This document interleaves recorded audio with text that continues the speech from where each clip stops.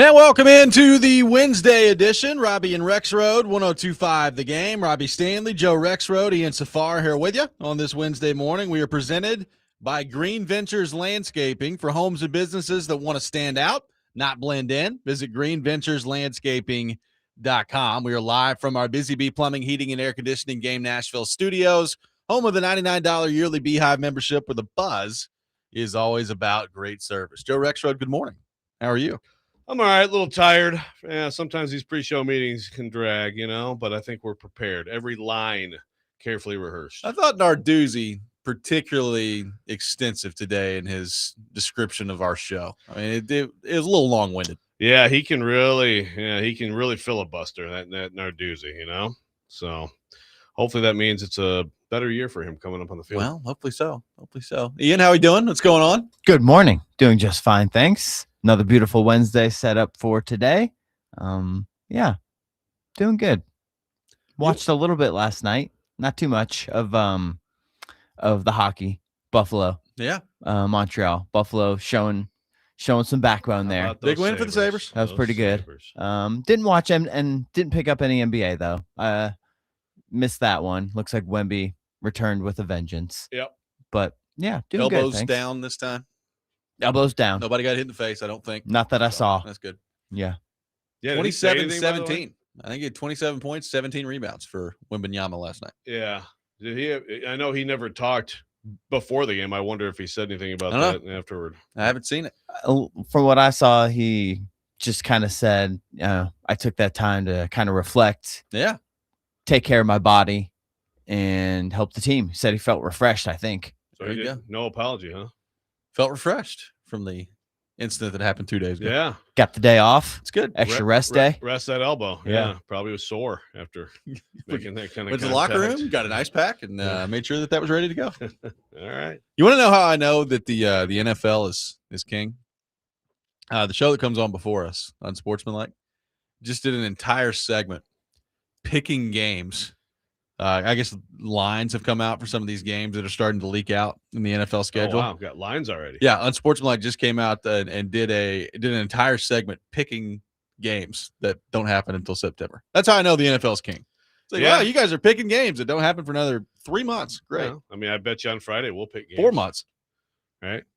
Yeah, we're going to pick games that happen this weekend, though. That'll be fun. What's that? We're going to pick games that happen this weekend. No, I'm saying on Friday, I bet you that's what we did last year. We go through the Titans schedule once we have it. That's what we did. I mean, we don't have to, but I'm just saying we did it a year ago. Did we? Yeah. Went through the games and came away with aggressively try to avoid that. Maybe we did. Went through the games and they came up with our final record. Because, when you see the games in sequence, that can impact what you think the record will be. I'm just saying, there's all right, Giants, Cowboys, Sunday Night Football, Cowboys by 2.5. Who you got? It's like, oh, really? We're doing this. Okay. May, yeah. I mean, they do have Stanley Cup playoffs and NBA playoffs, but that just shows you NBA or the NFL's king out there. It's, by a long shot. Yeah. By a long shot. We got a lot going on the program today. Paul Kuharski from paulkuharski.com will be with us in the second half of the program. We will get into all things Tennessee Titans with him. We will get into some restructuring with some jobs in the Titans organization with him that he's reported on earlier this week. All that and more coming up with Kuharsky a little bit later in the program. It appears that at least the Predators may know who their guy is when it comes to the general manager search. We will get into that coming up here in just a few minutes.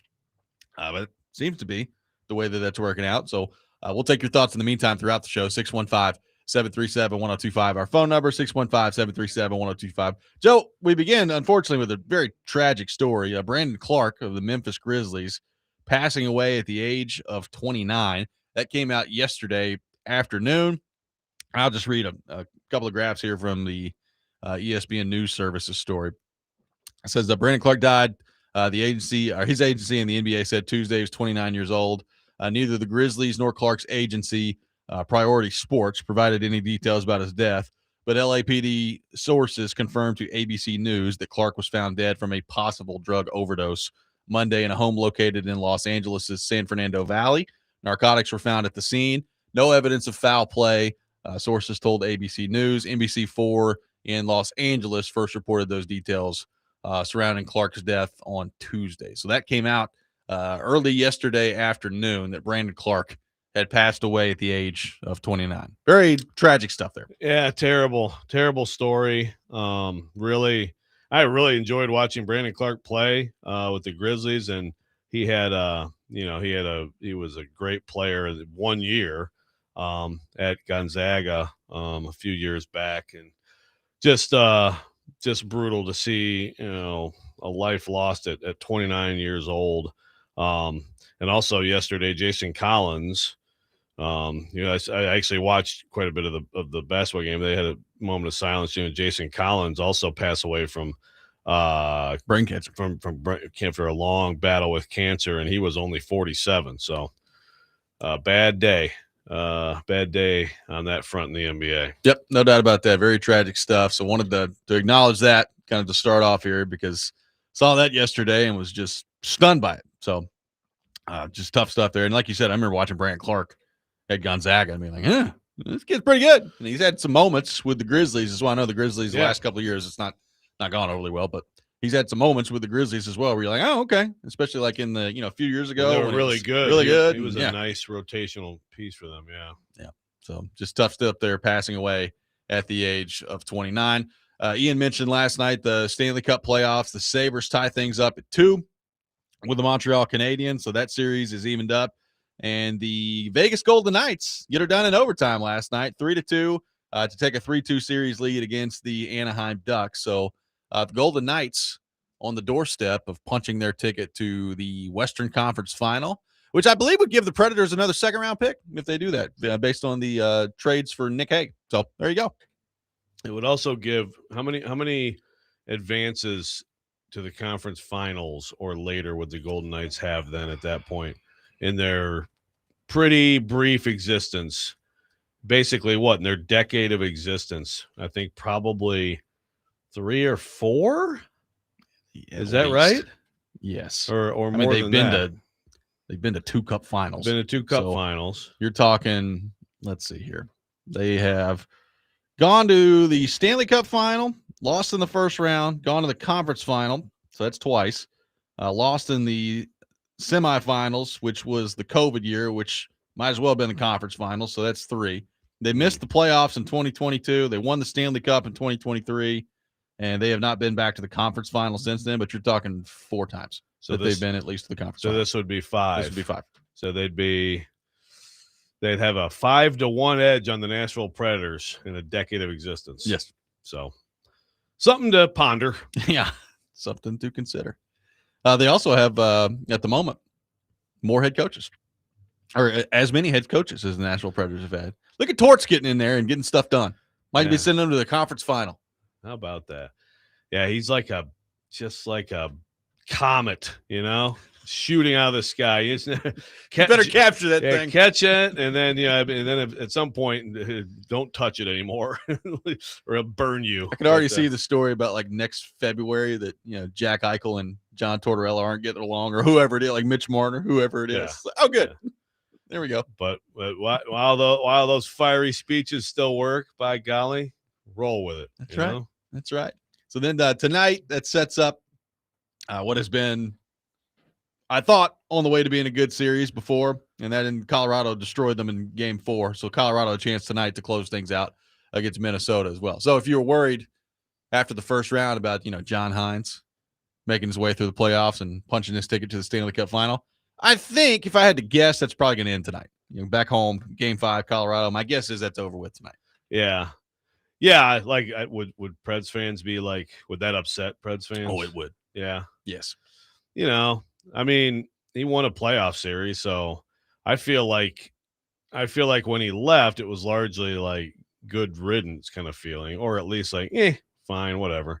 So, I guess, I suppose if he went out and won the cup, it would upset Preds fans. But it also, to me, would sort of speak to what really matters. Now, I'm not saying, of course, coaching matters, but he's got a good team there. That's a good team. How are we feeling about Cavs Pistons tonight in Game 5? I don't know. The Pistons have played better at home. This is one of those series. Like, this is going to be one of those, the home team wins every game in the series. I could see it. But they're going to, James Harden ripped on him. He was terrible in those 2 road games. He was really good. He was really good in the 2 games in Cleveland. So, I mean, if he's going to play like that, I mean, I don't think Donovan Mitchell's going to get 40.5 again, but just absurd. But, yeah, Jalen Duren for the Pistons. Very disappointing. Very disappointing. Memphis has been a third-team All-NBA guy this year, and might just sometimes the playoffs kind of really show you some truth about some players. That is true. That is true. We're off and running today here on Robby and Rexrode. Have the Predators found their man as the next general manager? We will get into that coming up next. Take your thoughts at 615-737-1025. Robby and Rexrode, 1025 The Game.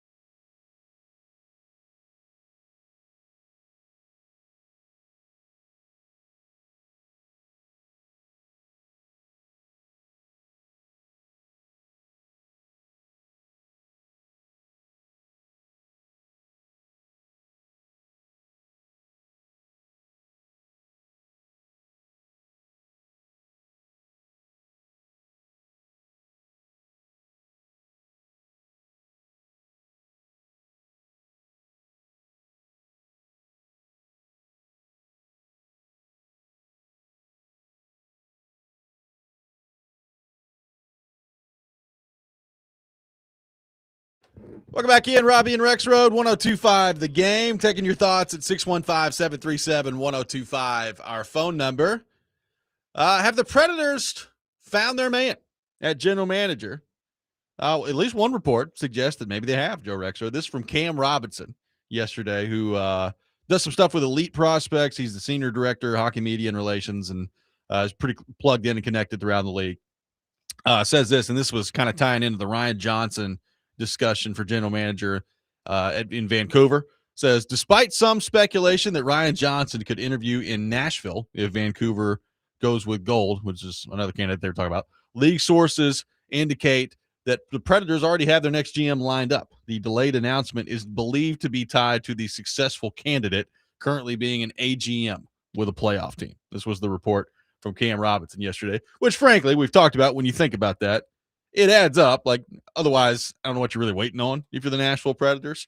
But that immediately led to speculation that the Predators' man that they found here is Darren York of the Carolina Hurricanes, who is the associate general manager. He's been there for 17 years. He's had a bunch of different roles, but I think this is his second year as the associate general manager.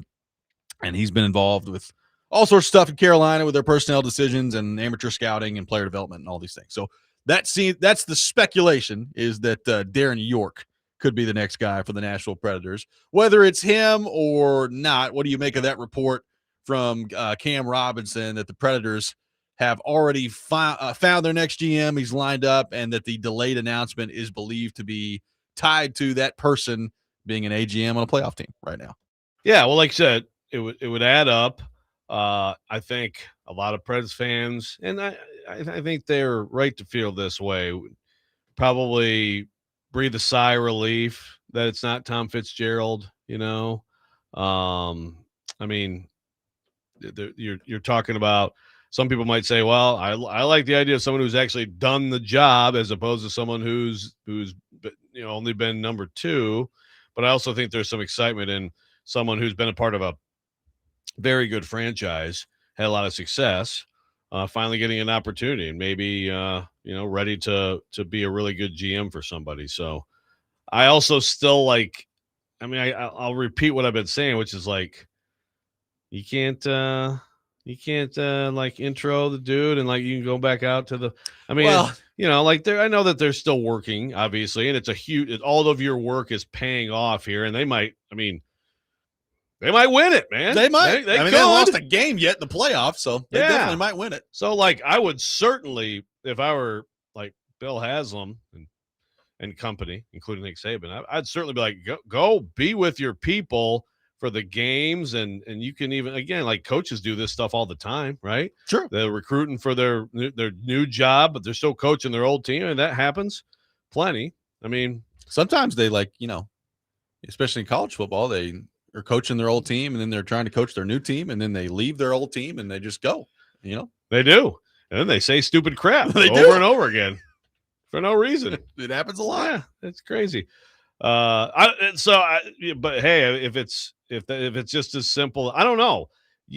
I'm trying to think, like, obviously GMs have been hired during this time period. Is that typically just how people do it? Just like, let's just leave it alone until the run's over, then we'll bring them in here. Yeah, maybe. I mean, it's, again, as we talked about last week, it's not like you're really missing anything right now. So I think that plays into this. Like, I think if you're the Predators and like there was all this work that the new general manager had to do in terms of like, they got to get the draft figured out right now. Like we've done no work. We're abandoning all of our scouting department. That's what it is. Then it would be a different situation. Predemption points out on the YouTube chat, and he's right. Carolina is obviously still in the playoffs. Darren York, if that's who it is, and I mean, it logically adds up that that's who it is when you factor in all these things. If that's who it is, the Chicago Wolves are still playing in the AHL playoffs, who he is directly responsible for. Yeah. So you have that combination of the AHL team that you've built that are still going, your NHL team still going in the Stanley Cup playoffs. So it wouldn't be surprising if that's the way that it's playing out and that's who they're going after. If they're waiting for that. Now, I mean, I would hope that in the middle of all that, you're still kind of, if you're York, working behind the scenes there, because it's not like there's nothing to do, right? Like, there's not a ton to do. Like, a lot of the draft work has already been done, and you're putting your board together now, especially if you're the Predators, where you're picking at 10. Like, a lot of that's going on at the moment. But so you think he'd be doing that work? I don't know. Like, I'd hope he'd be involved with it to some degree, right? I mean, as we talked about last week, if you're the associate general manager of the Carolina Hurricanes right now, you're in the playoffs, and you can factor in the AHL team too. I mean, the player acquisition phase is done. I mean, you're just watching right now. It's like, okay, let's see how this team that we've put together is doing. It's all those dudes. They all sit in the box together in their suits, and I mean, the Hurricanes did sign Mark Jankowski to an extension the other day, so maybe he was doing some work on that. Preds legend. Well, I just feel like it'd be cool for the fans if you could just have a press conference, announce it, have a couple hours, talk through all your stuff. Go back with the Canes. Congratulations, Darren. Yeah. Everybody celebrates you, and then you can stay on the phone, and then whatever, go through all the HR stuff, stay on the phone with stuff, stay apprised while still completing what you have to complete. That's a good point about the Chicago Wolves for sure, because that is actual work as opposed to I hope we win tonight, right, in the suite. But it'd be cool to just introduce them. We don't play again for another 9 days. Good grief. Yeah, I mean, it's when you win every game, you got time. Yeah, you got time. On vacation right now. I mean, right. Especially since Buffalo and Montreal, the things evened up at 2 last night. So it's at least 2 more games. It's probably going to be 3. Yeah. So it'll be forever before they play a game. Yeah, I feel like we might get ourselves a real sweet Game 7 in that one. We might. But that's the speculation that it's Darren York of the Carolina Hurricanes. So a couple of questions for Predators fans based off that.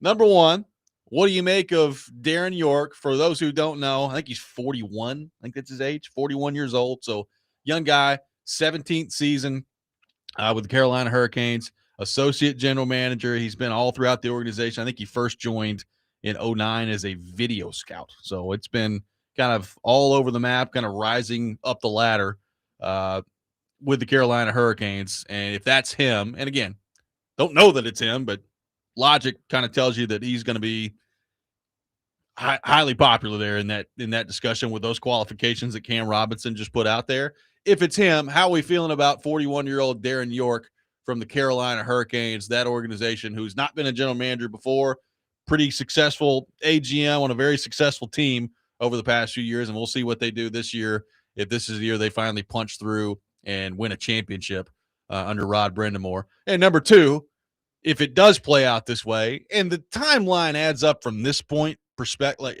we've talked a lot about Tom Fitzgerald. And one of the questions I've had about, well, if it's Tom Fitzgerald, what are you waiting on, right? Like there's no reason to be delaying anything if it's Tom Fitzgerald. So this also kind of adds up that it's not Tom Fitzgerald. What's your reaction to that? If it plays out this way and the Predators have truly gone totally outside of the organization and are bringing in some new blood here. I'm going to guess it's pretty positive. That's my guess. I'm going to guess no one complains that it's not Tom Fitzgerald. That would be my guess. If all this is reliable, this guy, you're telling me this guy's reliable. This guy's not like what's his name? Who's the guy who's always like Neyland Stadium is about to become Walmart Stadium? Who is that? Oh, Richard G. West. Thank you, Richard G. West. This is not the Richard G. West of the NHL. No, it is not. All right. I mean, again, Rick Barnes is going to coach the men's and women's basketball team. I feel like I should clarify this multiple times.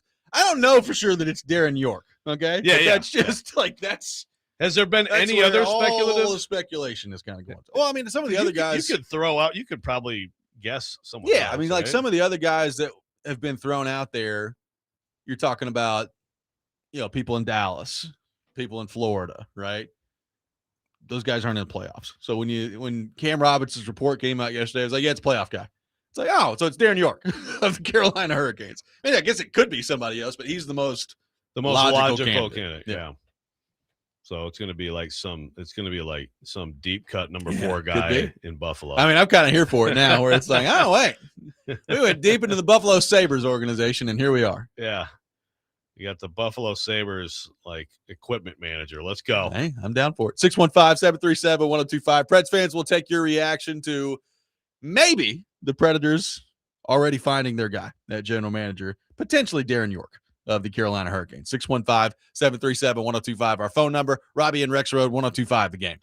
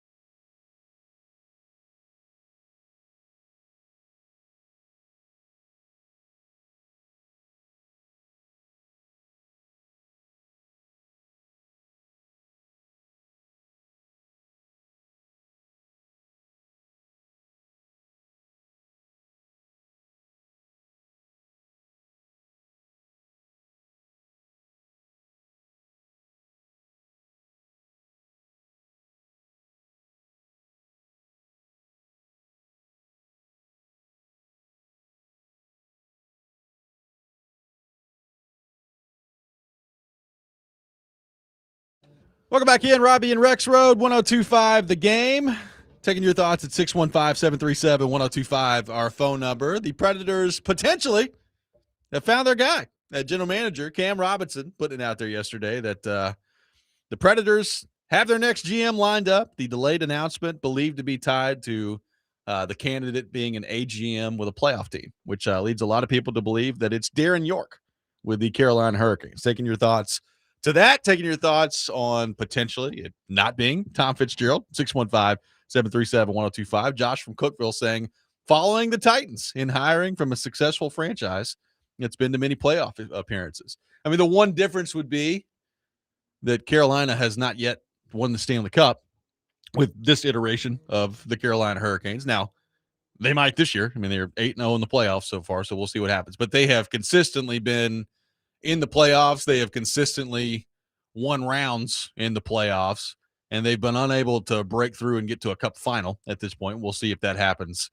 this year. But they've been very successful. I mean, if you watch the Predators play Carolina, I mean, when was that? 2021? It's what they've been for like the last 7 years. Like ever since Rod Brendamore's got there, they've been a very good playoff team. And this is probably, I mean, undoubtedly their best version given the roster that they have. But there's no doubt that if you're looking for, like a consistent winner, Carolina's been pretty consistent winner over the last few years. Right. I mean, and they're kind of an example of a team that, we're talking so much about these teams that, are built on the being able to get to the top of the draft and getting a superstar. And this has been a deep, really good team just up and down the roster, which hasn't been good enough, so far, but consistent success. I mean, I guess you could, if you're in the Preds organization, you could sit here and say, well, we've also been consistent, just like Carolina in the last, several years have been like just consistent, but just at a higher level. Like they're able to win playoff series and things like that. And they're an actual threat to win it. It'd be great to see, apart from this, if this is true, if this is the case, I think it'd be great to see them make the cup final, Yeah. Brind'Amour deserves it. He's great. He's been a great coach. Michigan State legend. And it's going to be, I mean, out of the East, it's going to either be them or it's going to be Buffalo or Montreal. One of those three teams is going to be in the cup final when it comes to the Eastern Conference. And, Buffalo, it doesn't always happen this way, but it does feel like in the Stanley Cup playoffs that there's almost a process you have to go through. Like very rarely do you go from either not being a playoff team or being like a bubble playoff team to like immediately in the cup final, right? Like, Tampa was a good example. Like Tampa made it to cup final in 2015. They were in the conference final, I think, a couple years after that. And they had that core that was together forever. 2019, they had this great team, like this record-setting team. They got swept in the first round by Columbus. And then the next year they won the cup. The year after that they won the cup. It always feels like there's some sort of process that these teams have to go through. But who knows? Maybe I'm wrong, and Buffalo or Montreal, with their first year of really being in contention, just motors through everybody and gets to the cup final. It's possible, but yeah, most of these stories have that rise, a little step forward, step back kind of thing. I think basically at some point you just have to say fart it, right? I mean, that's really what it's so. That's what they did out in Colorado, right? They just said fart it. That's what they did. There you go. Yeah, the guy who asked that question keeps making some funny statements out there too. Oh, has he got more stuff going on? Yeah, he's basically the other day he was like, yeah, Quinn Hughes, not a great player. It's like, oh, really? Okay, that's a hot take.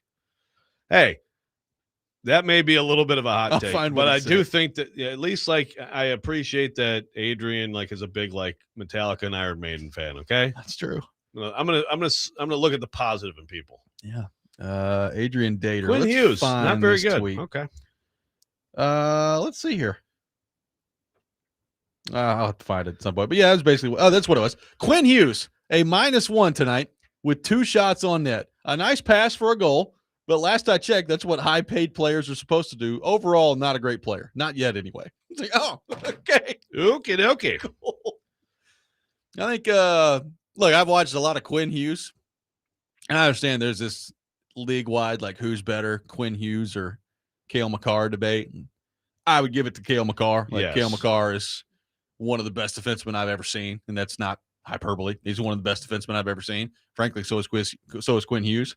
But to act like Quinn Hughes isn't some great player is just amazing. It's a hot take. Yeah, it's okay. Like Cale can be better, and he can still also be great. Yeah, that both. It doesn't have to be one or the other. Quinn Hughes did win the Olympic gold over Cale Makar. That is true. Just point that out. Did a pretty good job as SNL.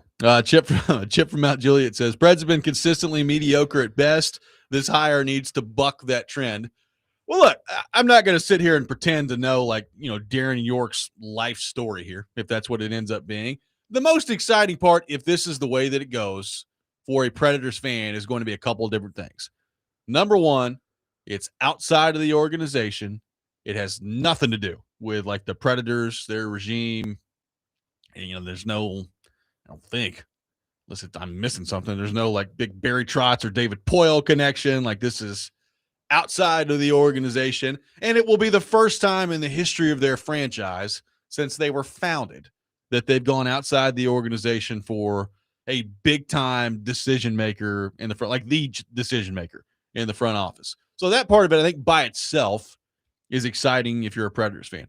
Added to that is a pretty successful track record with Carolina. Now, it's the same question that every time you hire one of these AGMs has to come up, and that's football, that's hockey, wherever. And we ask the same thing about Borgonzi. It's like, okay, well, cool.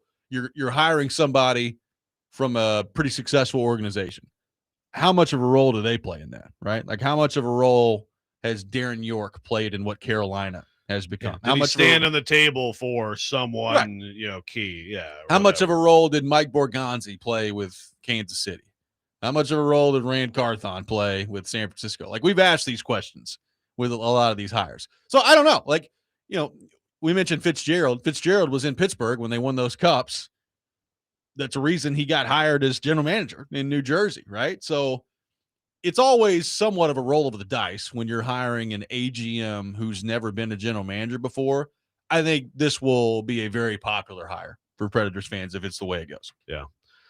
And yeah, like you said, they haven't gone outside. I mean, they went outside when they went and got David Poile.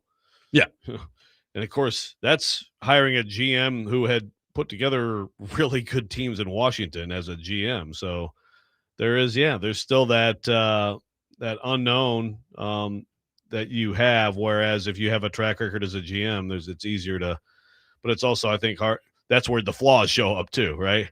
I mean, Fitzgerald has flaws. If Fitzgerald was – it's like hiring a great coordinator or something, who they haven't been able to fail as a head coach. It's like, oh man, there's nothing to not like about this coordinator for a great team. If Fitzgerald had never had the GM stint, would he be more attractive? I think he would. He would be. If he was. Now I understand that Pittsburgh falling off, but I mean, in an organization that was playing well, had really good rosters in the moment, it's attractive. The unknown is undefeated. But I mean, I think it makes sense too. I mean, I think it's if that's what it is, I think it makes sense.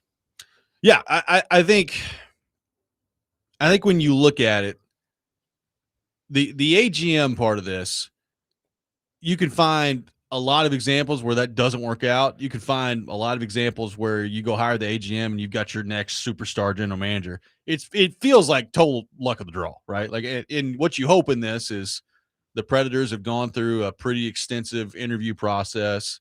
They've gathered as much information as they possibly can. They've talked to as many people as they possibly can. I mean, that should be the benefit of starting this when they started this is they've gone through a pretty extensive process here. I mean, Saban's gotten in there and, thrown some oatmeal cream pie cookies at York or whatever it is to get him to, respond the way he's looking for, all those things, all the resources at your disposal. You would hope that this leads to a hire that is success. I mean, the one thing I always go back to in this is when you're doing the job for the first time, it's way different, right? It's way different than being even the associate general manager. Not that he's not prepared for it, not that it's just always a risk when you're bringing in somebody to do the job for the first time. Yeah. And look, they may hire a superstar here, and he may be the general manager around here for the next 15, 20 years. I have no idea. Another reality of this is because look, GMs are judged by their win-loss record. Yep.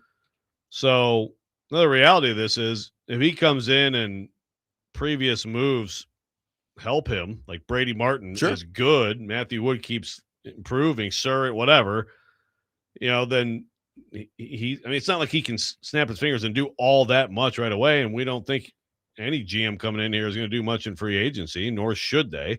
So it's going to be I mean, it's going to be some time here before we really find out about the guy. I did think about this too.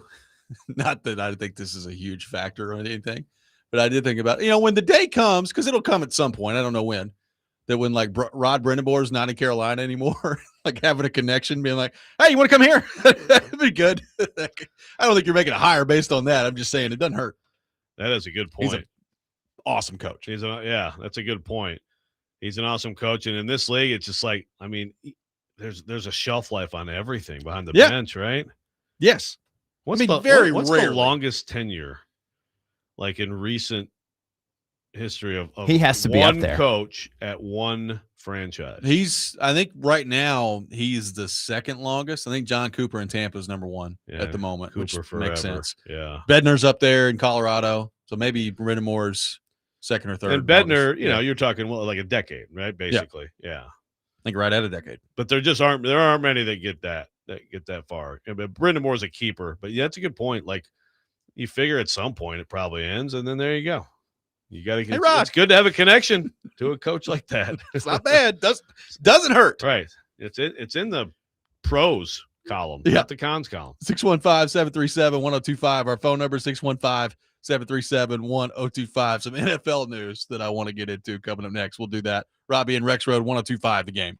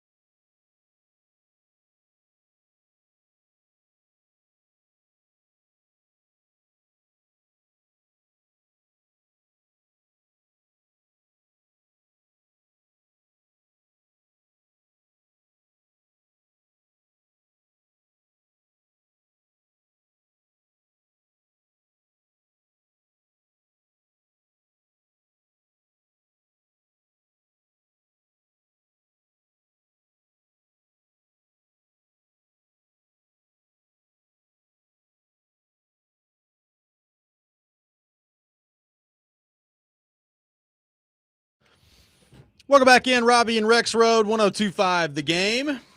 Our football offseason coverage brought to you by Tennessee Brew Works, the official craft beer of football offseason coverage on 102.5 The Game. Taking your thoughts on our phone and text lines driven by WilsonCountyHyundai.com.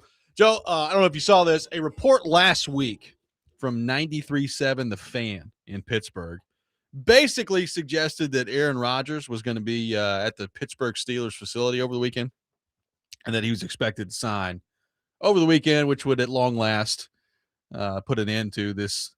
For whatever reason, it's turned into an annual piece of drama with Aaron Rodgers. That did not happen. Apparently, Aaron Rodgers might have even been in Pittsburgh over the weekend, but he did not meet with the Steelers. So continue this on here. It says, and this I'm reading from Pro Football Talk here. It says, Saturday brought word that Rodgers and the Steelers had not met. Adam Schefter of ESPN said on the McAfee show Monday that the weekend passed without any interaction between the quarterback and the team. Steelers moving into the final phase of their offseason program next Monday when they hold the first of 10 scheduled offseason team activities. Whether Rodgers will be there for any of those workouts remains as much of a mystery as it was when the season came to a close in their 30-6 loss to the Texans in the playoffs. So a couple things on this.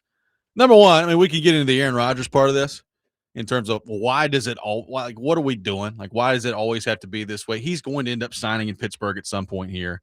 And it almost just kind of feels like he really doesn't want to go through any of this offseason stuff, and he'll sign after mini camp or something like that. That's what it feels like to me. So if that's how you feel, fine, whatever. I mean, do whatever you want to do. If Pittsburgh's willing to put up with that, then Pittsburgh's willing to put up with that. And at this point, they don't really have any other option unless they want to start Will Howard or Drew Aller or your boy Mason Rudolph out there. So we'll see what happens. I call him Mace. I would hope, like, if you're Pittsburgh and you're looking at all this, don't you have to, and I guess maybe your thought process is it's Will Howard or Drew Aller. But, like, even planning out now from 2027, doesn't this have to be the last year you do this? Like, at some point, you have to find your next quarterback. And I have no idea if it's going to be Will Howard. I have my doubts. I have no idea if it's going to be Drew Aller. We'll see what ends up happening there. But if I'm Pittsburgh sitting here right now, like, I would be planning for in 2027 to be investing in my next quarterback of the future. Unless, Drew Aller shows you something this season where, like, he gets in there somehow and he just looks great. Like, I think you have to be looking ahead to your next quarterback. And I understand Mike McCarthy's there and he's got a relationship with Aaron Rodgers, and I have no idea how much longer Aaron Rodgers wants to play. He acted like he was going to retire like 5 years ago, and yet he ends up coming back every year and playing. So we'll see what happens on that front. But I think regardless of how it goes, barring them making some deep playoff run, which ain't going to happen, if you're Pittsburgh, don't you have to look at 2027 is the year where we go find our next quarterback of the future? Like, I don't understand why they're pushing this off as much as they are. Yeah, I think so. I'm sure if you're Mike McCarthy, it's like, I guess you can look at it both ways. You're Mike McCarthy. It's like, boy, come right in and stink, and that's not a great first impression. But this is the grace period, so I mean, that's what they need to do. Probably the death march to Arch is, probably in order there. So it's almost like, wouldn't you just be better off letting Will Howard play, and then he's not good, then you throw in Aller and see what you have. He's a rookie. He has some talent, but I have my doubts there. And then you look up and you're pretty close to the top of the draft, and you get him or you get Dante Moore. Yeah, whoever. I mean, those two, I feel pretty good about them. Can bet on Sorsby being there by the time you're able to draft. Yeah.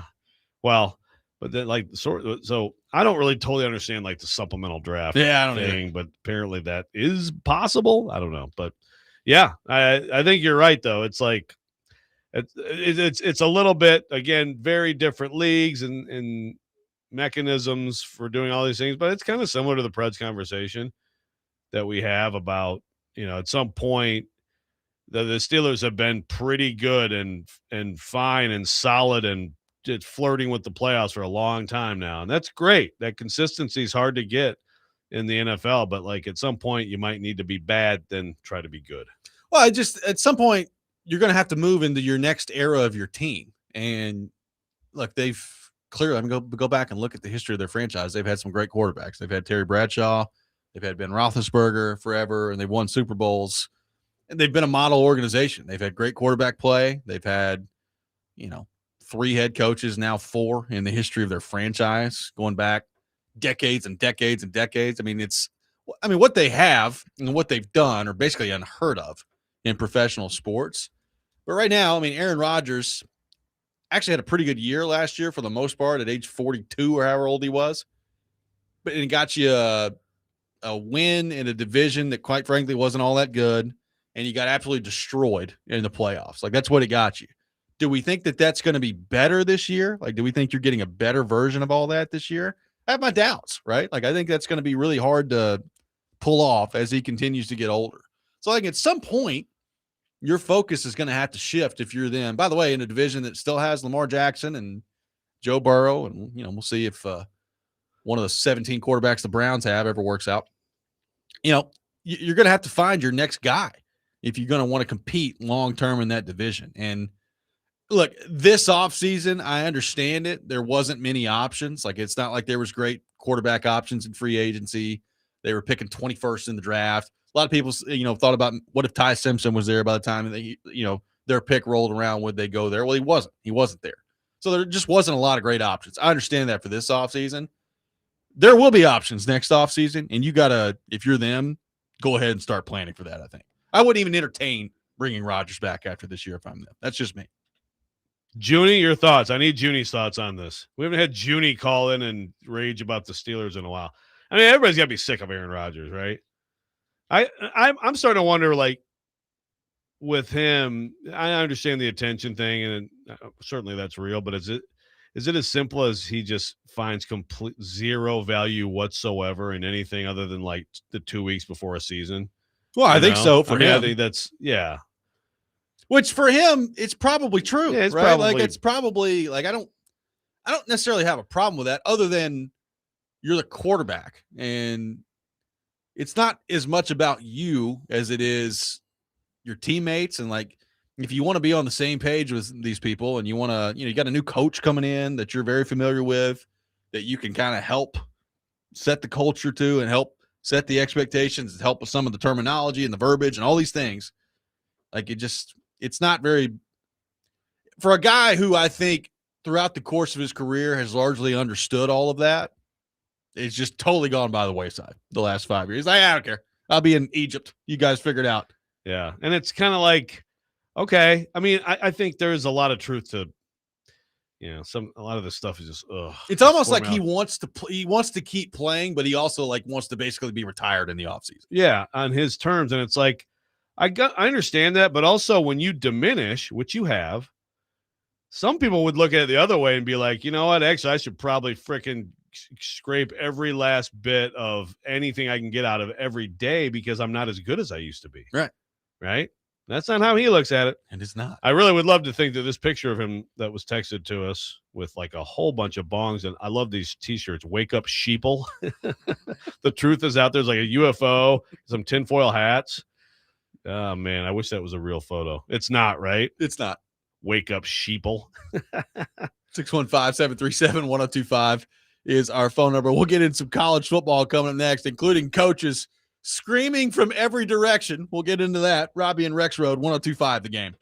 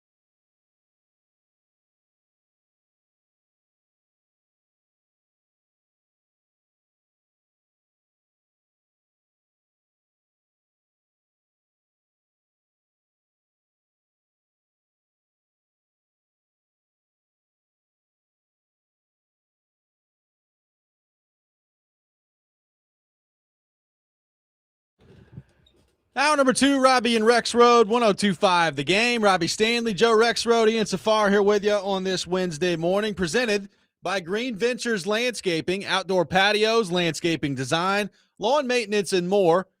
Check them out at greenventureslandscaping.com. Live from our Busy Bee Plumbing, Heating, and Air Conditioning Game Nashville studios, home of the $99 yearly Beehive membership, where the buzz is always about great service. Paul Kuharski from paulkuharski.com will be with us in the second half of the program. We will get into all things Tennessee Titans with him, so looking forward to that. The Rex Rant with Joe Rexrode coming up later this hour as well, and taking your thoughts in the meantime at 615-737-1025. Joe, a lot of whining going on and yelling and a lot of things on the college football coaches landscape right now, including Lane Kiffin making some waves out there. But Steve Sarkisian, the latest coach to start yelling about the current state of college football, who, as this USA Today article points out, may well end up having the top-ranked team in the preseason poll for the second consecutive year. We'll see how people view Arch Manning and the Texas Longhorns. Oh, I think they'll be heading into this preseason year. number one. I think they will as well. So we'll see how that all plays out. But he's yelling about everything going wrong with college sports right now. What is the latest on the Steve Sarkisian? Add him to the list. Sarkisian, yeah, your boy Dabo yelling a few weeks ago about how Clemson doesn't have any resources and all these other things. A lot of stuff going on the college football coaches front that makes you wonder. I mean, based on some of these comments, they just some of these coaches are just going to quit at some point. Yeah, well, they're welcome to. I mean, I really think the Sarkisian thing, obviously a big thing this week is just everybody's ripping Ole Miss on every possible angle.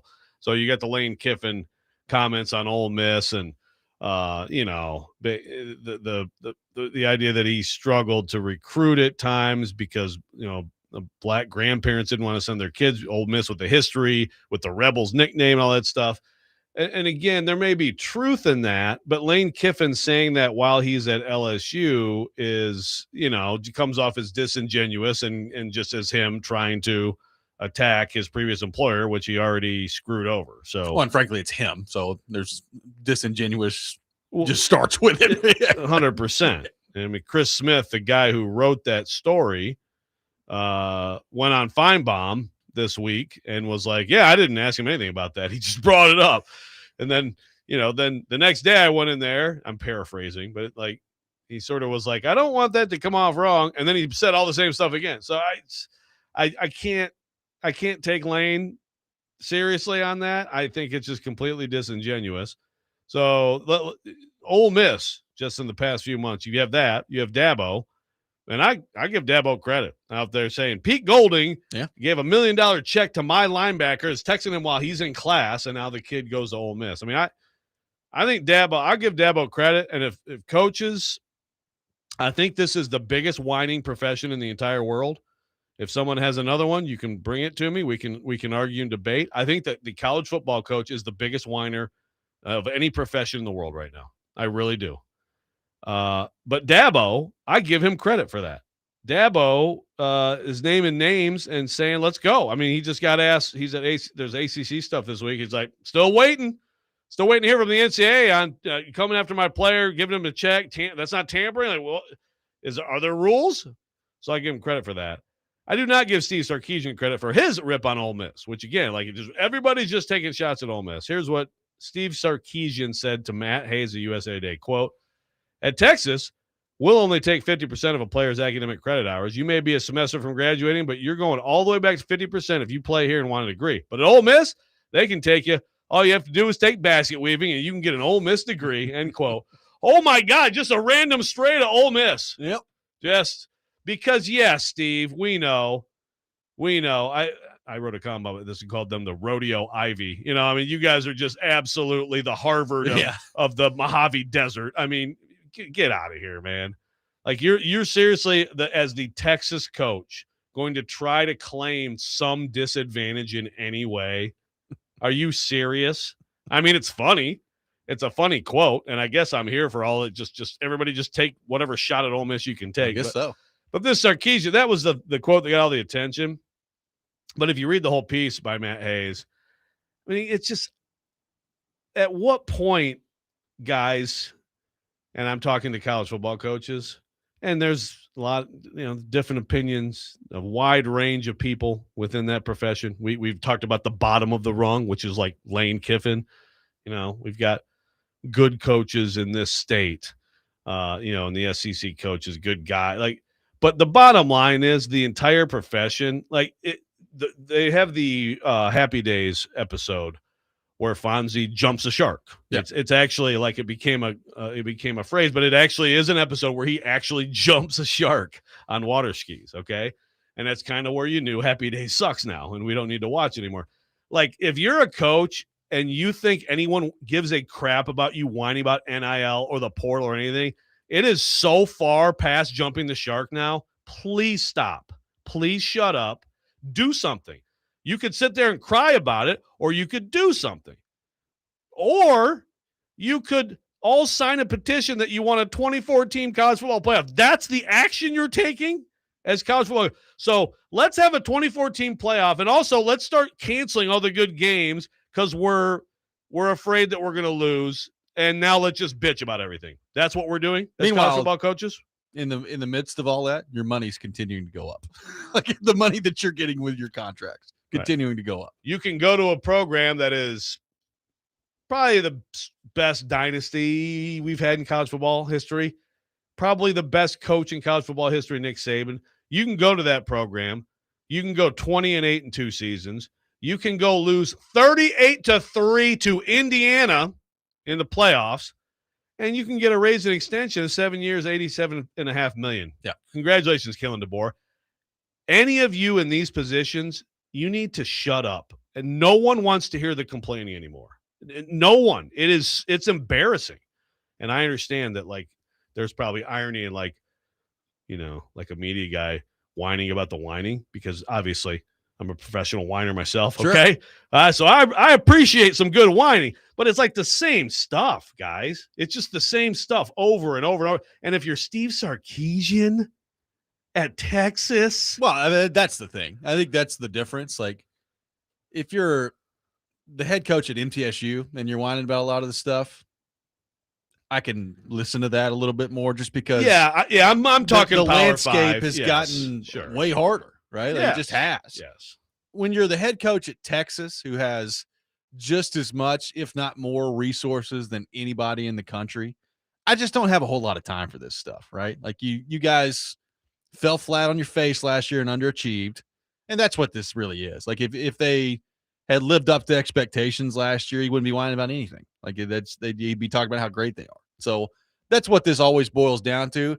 It's the same stuff with Kirby Smart sometimes too, where it's just like, even the comments we had fun with last week, or something about, the Alabama teams we had back in the day would just beat the dog out of the teams we have now because we ain't got no depth. And It's like, all right, yeah, well, I'm sorry, Kirby, that you can't stack 17 5-stars in your 2 deep here and just go out there and have more depth than anybody and not have to worry about anything all the time. But that's the way college football is now, and it's not going back. So accept it at this point. It's not going back. I mean, frankly, I'm not done whining about the college football playoff expanding because I guess it's just never going to stop expanding.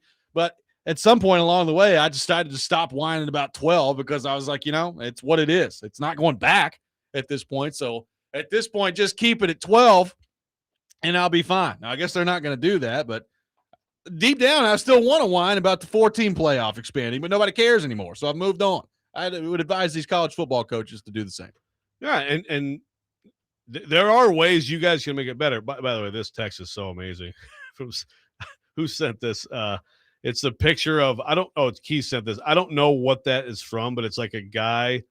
I'm trying to describe this to the listener.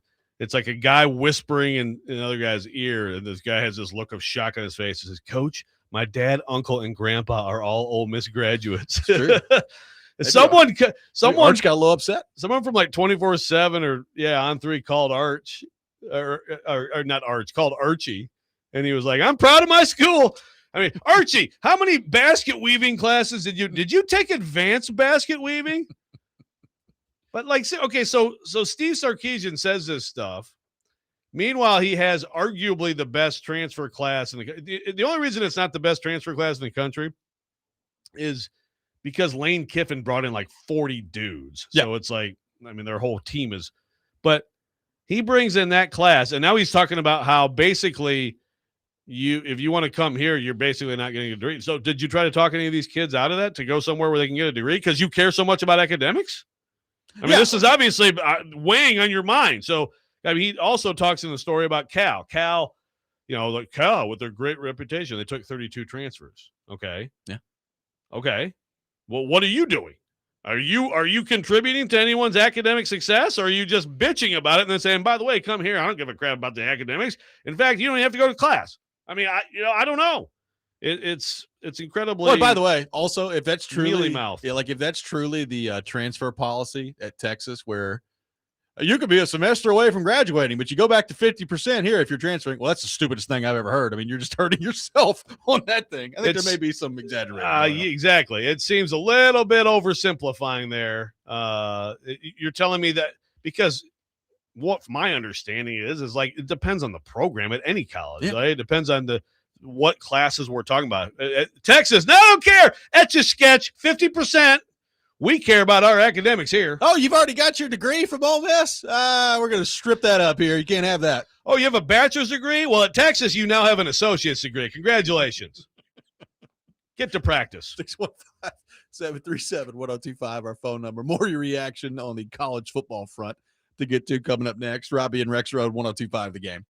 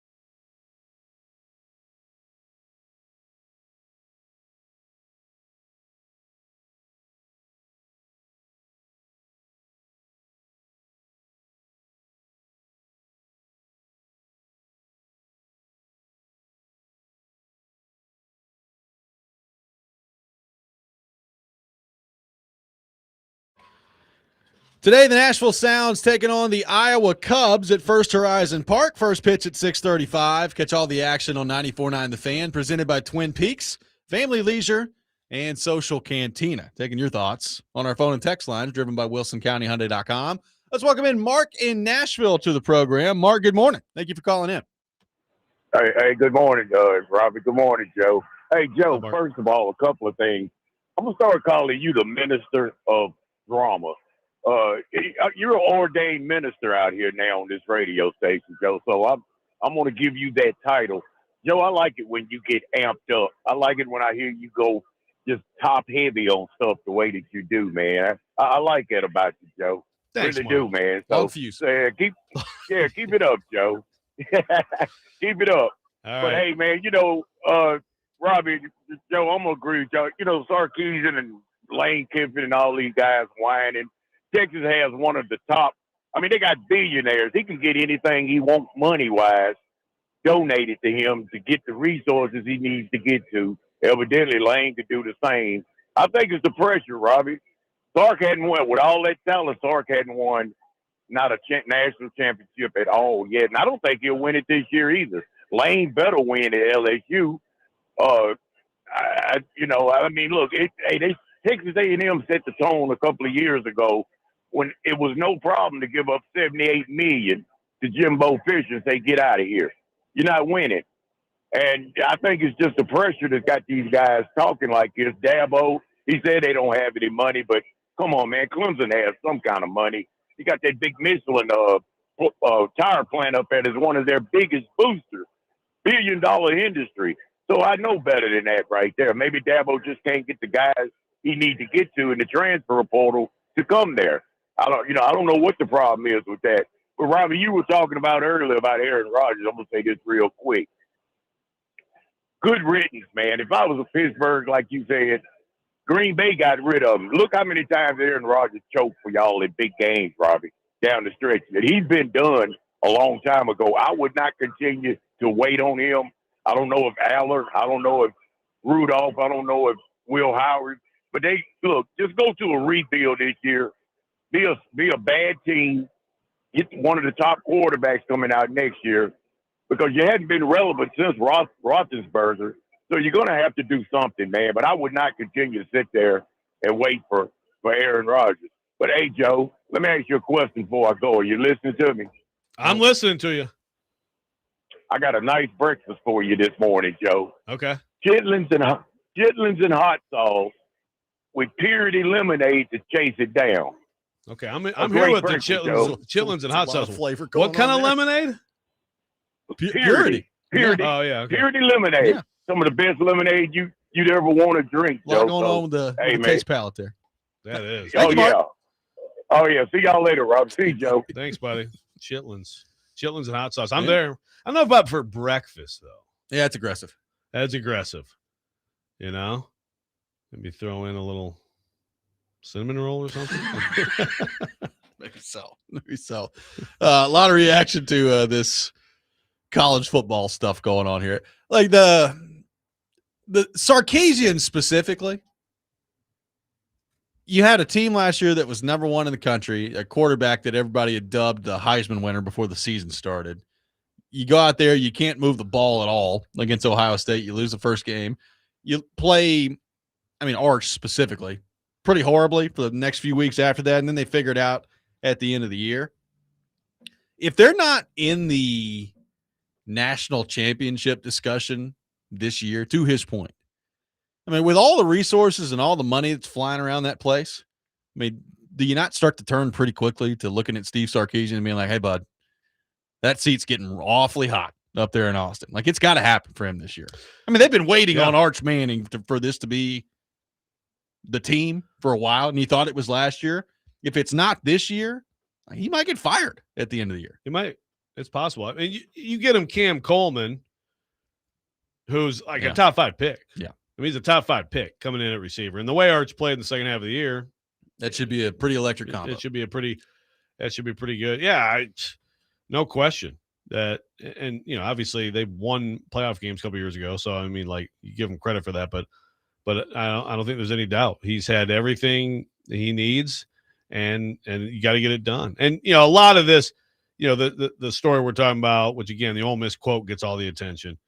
I mean, most of his ranting and raving was about the playoff committee. Yes. And again, I get it. Everybody wants to complain about it. It'll continue. We'll continue. We'll complain every Tuesday during the fall and all that stuff.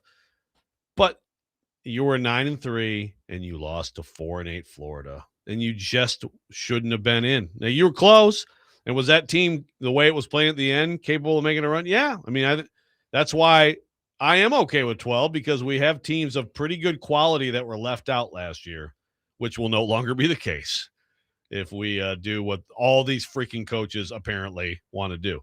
But you were 9-3. You lost to Florida. You can't lose a game to Florida. And so what happens is Steve Sarkisian is the leader of the charge of, well, gosh, guess you shouldn't have played that Ohio State game. Well, no, actually, Steve, that game was a positive mark on your record. Yes, you're 9-3, so that's true. But the bottom line is, like, that game was one of the better things you did all year. The loss to Florida was disqualifying. Yeah, exactly. Well, and this is the line that I think from Sarkisian specifically, but a lot of these guys, a lot of these high-profile coaches that are at high-profile places that are doing all this complaining. Texas has the largest athletic budget in all of college sports. It's more than $270 million per year. Like, when you're the head coach of the football program, the driving program of that athletic department that makes more money than anybody in the country, all of this is falling on deaf ears, man. Like, you have no excuses. Like, it's you either win or you don't. If there's, in this landscape of college football, if it should benefit anyone, it should benefit you. Exactly. And it does. Kyle Tucker texted me. He's totally right. It's like the whole thing, like this entire thing he said, that quote, if I'm anybody recruiting against him, I'm like, thanks, Steve. Hey, by the way, go to Texas and half your credits disappear. Yeah, exactly. I mean, I understand, like, there's people like Cam Coleman who are going to be picked high in the NFL draft next year. And so whatever, you have to go to school and stay eligible and play. But there are, like, most of the guys in most college football programs actually care about that. They do want to get a degree. They understand that they're not going to go make millions in the NFL. So good job, Steve. 615-737-1025 is our phone number. We will get into the Titans coming up next. Paul Kuharski from paulkuharski.com with us in the second half of the program. All that coming up. Robby and Rexrode, 1025 The Game.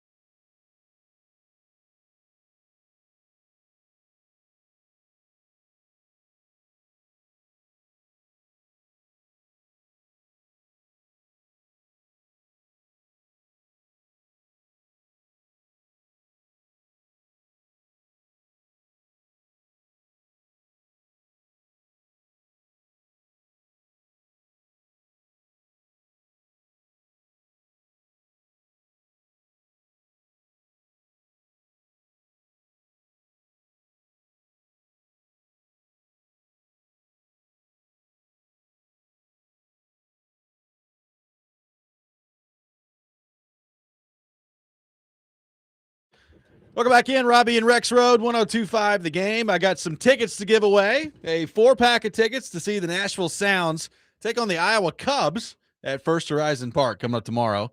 Caller number 6, 615-737-1025. Caller 6 will win a 4-pack of tickets to see the Sounds take on the Iowa Cubs coming up at First Horizon Park tomorrow. By the way, weather, pretty awesome.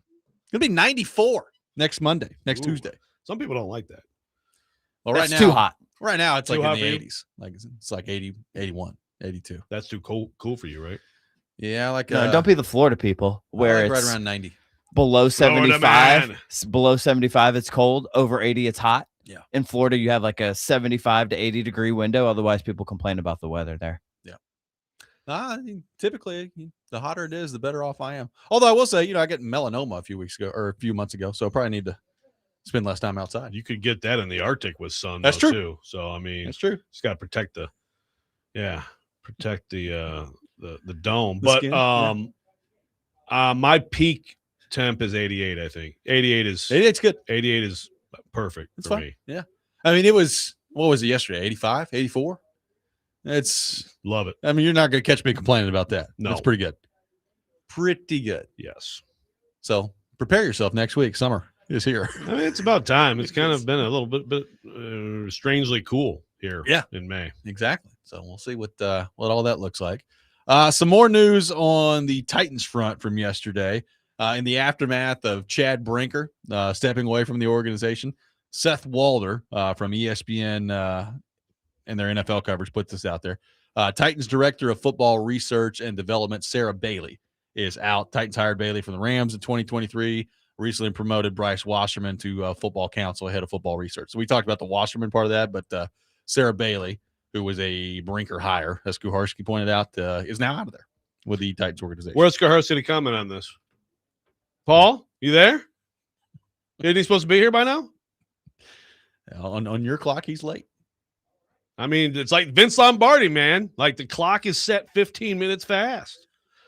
Okay, well, we'll wait for whenever Paul decides to show up. Yeah, so Bryce Wasserman gets put in charge of the whatever, I guess the analytics department, right? Yeah. Is that what you call it? Did he just roar through the door? Boy, his ears are burning. Oh my God, look at him. He's like a superhero. Yes. Wow. Yeah, so we'll get his commentary, but the Titans have gotten lighter on the nerds. They need more nerds, Paul. Well, anytime you could have more people in the research department, you need it in today's NFL. That's right. So Well, Sarah perhaps Bailey. it's just a matter of Chief Nerd hiring his own nerds. Yes. Sure. Yeah. We'll see. There are 2 nerds remaining. Will the 2 remaining nerds be retained? Good Or question. are they out the door as well? I asked that question. They're still on the website. I asked that question yesterday. I haven't gotten the response. And then are we looking at a revenge of the nerd situation after that, Well, by the way, rest in peace, Ogre. Yeah. The guy who played Ogre passed away yesterday at 71 Really? years old. I didn't Yes. see that. I did see that. That's sad and an interesting transition. Well, I mean, I guess you're saying Ogre is for the nerds. Ogre came around and liked the nerds at the end, didn't he? Yeah. They were friends. Nerds. They were friends, right? Yeah, they were kind of like he kind of saw the error of his ways. By the way, PK, Do we welcome really to the show. know? Do we really know what Ogre looked like? Like, would you recognize Ogre? I actually No. did. I saw a picture of like him, I think, recently, and yeah, he looks like Ogre. You saw a picture of This him is- recently because you were nerding out. Well, I mean, when he died yesterday, there was a picture of him on the internet. Condolences to you and your family. Welcome to the show, I'm PK. just trying. It's nice to be here. Yeah, Good trying morning. to honor Good morning, the memory of Nashville. Ogre. It's good to be here. It's good to have you here. Rex Rode took his victory lap earlier this week on the Ravenwood Nolensville situation. How Glad to know. How did he take a victory lap? Ravenwood won the regional. That's what. Oh, but maybe I missed. Yeah, I'm like, sorry. okay, now you're misrepresenting. Oh, the victory lap was on no parents getting arrested. That's right. My bad. No Which parents ended up at jail. which is a point Look, of pride for us. He's had a big difficulty with them losing this stage. Now, I don't want to get too deeply into what's going on at his school, but a lot of things he has claimed about the fantastic behavior over there and how it's so contrary to Ravenwood have not come true. He's got a lot of excuses about having lost this bigger thing. They shrunk in a bigger moment. Okay. And his congratulations to me for Ravenwood winning a bigger thing as compared to the smaller thing that his school won. It's been completely insufficient. Okay. Hmm. Good to know. By the way, that's Donald Gibb is the actual name of the guy. And Look how fast he moved on. well, I can. Yeah, I mean, look at the picture. I mean, that you can tell that's Ogre. Yeah. So rest in peace, That's Donald okay. Gibb. As for you, all I know is that at Nolansville, we don't have anyone who went over to other parents like, respect the game, act like a total jackass and get walked away by by police. So that's what we don't have, but you guys do. So that's fine. Yeah, there was a guy that was inappropriate on my side, and Well, I'll say that. When you had a woman he's- that was screaming, "Hey, sing us a song, country boy," all you did was deny. You're like, oh, this didn't happen. This didn't happen. I have when no. there were a You're the billion only witnesses. witness of this. And the Show me whole someone team else. says it happened. So I see something dumb done by a Ravenwood person. I say, yeah, that's dumb. And Joe hears that something done dumbly by a Nolanville person, and he's like, this did not happen. I don't understand what you're talking about. I have verification, and So actually his the Nolansville authorities thing- got involved. I know with your guy. These kids are I don't have perfect over there. verification of what you're talking and about. his whole time over there, he and his wife have told me how Ravenwood has these misbehaving kids who are messing with stuff. And I haven't seen any kids allegedly in trouble with Ravenwood baseball. Meanwhile, I don't want to get into the extent of their issues, but there are issues over at Nolansville. So I don't want to hear any more about it. Okay. I don't want to hear any more about it. Stand up and take your beating in a bigger tournament and be quiet. You really should have brought John Rich to the program or to the baseball game the other night. Would have been epic. Good Should have luck, added to it. good luck in sectionals tonight. And to you, who are you getting? Are you whipped? going? Who are you getting whipped by? We're at Siegel. You going? I think so. Yeah. I think It's I'm- it's I a think I'm it's a going wor- tonight it's a as well. workflow. A little touch and go, but You hopefully. wrote a column today. You don't have any work. Is one per week's done. one that per would week. be nice. So are you going? Like we were talking about this off the air. Maybe I shouldn't bring this on the air, but I'm going to anyway. Are you going to LSU Ole Miss in the fall? I am. Oh You're yeah. scheduled that far out? Well, yeah, 'cause we knew as soon as that was on the schedule, like, all right, just count on you're going to be there. So yes, I'll be there. So I'll spend all day with the Ole Miss tailgaters and whatever they're going to do to like voodoo dolls of Lane. That is a night game, I take it. Yeah. Will that be, unfortunately, yes. Will that be crazier than the Lane returns to Neyland Stadium golf ball episode that we saw? Ooh, Well, that ended up being, I mean, that was that's an rough. impromptu crazy, right? That's when you don't, that's just anger at a call, drunk students throwing stuff. I mean, that was pretty crazy, man, to be on that field when all that stuff was raining out of the sky, I must say. It's a heck of a bar. But this is going to be the Grove all day drinking know. in preparation for Lane coming. Ooh, yeah. I mean, That's the event of your fall, It'll probably. be a hostile environment. yeah. So What's the date on that? I'm September 19th, let's just- early in the year. Let's see if I can talk them into. Why don't you let me do a first person and I'll just actually tailgate all day and not go in the press box. Just tailgate with the Ole Miss people. Eat what they eat, drink what they drink, chant what they I chant. mean, the gout will be on full display. Gout. That It's happens. so crazy. Yeah. That's Did you Gout talk will be about back the gout piece on We didn't. 60 Minutes? Yeah, I didn't really have a chance to watch it, but I couldn't get to the phone fast enough. So to he had his alert you own guys. segment on 60 Minutes. Own segment on 60 No, Minutes. I mean we've talked about he's going to be like Gout will be one of the like famous athletes in the world soon. They Yes. showed highlights of him at like a track meet as a 16-year-old. I Yeah. mean, it was It's unbelievable. ridiculous. He's it he's was breaking like there was records no held one by else in the Usain race. Bolt. Yeah, There was no one else in the race. Like his feet could not be more different than mine, and yet we share a word. He shares it twice. that's true. The Olympics are going to come around in LA, and he's just going to everybody. Gout is going to take the world by storm. It's like we on this show have seen this coming for a while, Yeah. guys. Way Right. ahead of the curve. Way ahead of the curve. No, yeah, I think it'd be very dangerous if you did that tailgating story. I mean, do you not know your limits? Well, but I mean I could like keep it to wine and whiskey and chicken. You know, I'm sure that's what they'll be doing at the Grove. Wine, whiskey, and chicken. Wine, There will be whiskey, some and chicken. Well, colon. there will be wine and whiskey. The I'll old avoid miss the beer, tailgate. and I just have to lay off the red meat. And then the dang shrimp though. That's the thing that kills me. The I think the crawfish, Athletics pretty shellfish, man. pretty prudish when it comes to something like letting somebody drink for a story. I would think no. Maybe we'll see Negotiate. if we can test the limits. Yeah. Yeah. I think we have. No, actually, who the heck was it?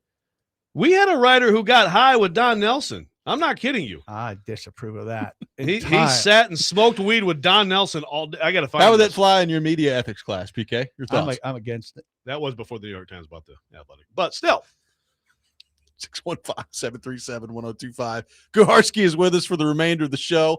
The Rex Rant with Joe Rexrode is coming up next. We will take more of your thoughts at 615-737-1025. Robby and Rexrode, 1025 The Game. I smoke weed constantly.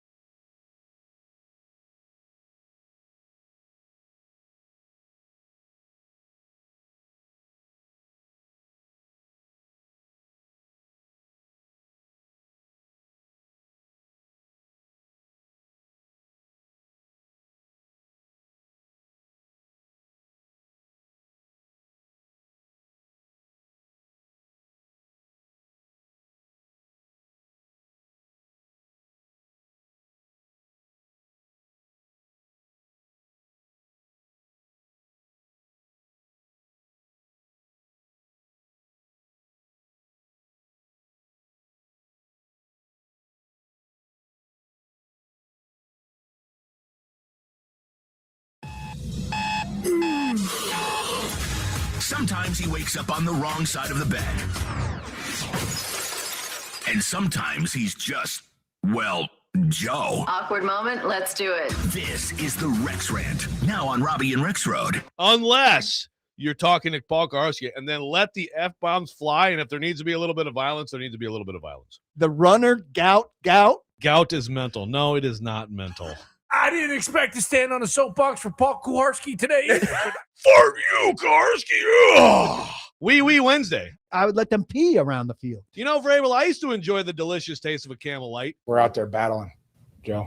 I mean, battling their ass off. You're an ordained minister out here now on this radio station, Joe. I married my cousin last year. The marriage. It is time for the Rex Rant, brought to you by Rapid Response Generators. Power when it matters most. Check them out at rapidresponsegenerators.com. Joe, go ahead. Add something to that mashup. Yeah, I know. I just want to let it Breathe. Yeah. And then I hear the Life in the Fastlane riff, and I immediately go to like Spicoli and the Trans Am. Yeah. Like, my dad's got this ultimate set of tools. Kuharsky's going to talk about you memorizing movies again. I was thinking it. Oh, you don't remember any lines from movies? A small few. Yeah. I mean, You can't handle the truth. I got that one. great. And he says like that. Yeah. You can't handle the truth, Archie. We're All right. back. I don't know if I don't know. I may have actually, I was like, oh, yeah, this is what I wanted to write about. And then I was like, actually may have said something about this earlier in the week. If I did, stop me. We can just forget about it. But let me just Stop them, yeah. no matter what. Well, there's a few things I want to get to since PK's here, but let me get to this real quick. Okay. Listen, I appreciate you, TMZ. Okay. I mean, hey, you do what you do, and once you get on to something, you're aggressive. But like, you are at this point, I think, a somewhat reputable and respected news source. I don't Certainly, think they're ever wrong. well, okay, but listen, no, that's what I'm saying. I mean, they have proved some things over the years, but when you come out and it says exclusive, and you have a picture of Diana Rossini trying to like say something in Mike Vrabel's ear at a loud Super Bowl party, and you're acting like this is like breaking. I mean, I just talked about the coaches jumping the shark, right? Paul Kuharski was like probably like a teenager in high school watching the Fonzie episode where he actually literally jumped a shark, because that's how old he is. I'm sure you did. We have jumped the shark on this thing too. I mean, I'm sorry. Like, if you have something new, I have no doubt that people are out there digging, and there's a lot to get to with this. And there's the Vrabel in the fall is, of course, that's all newsworthy.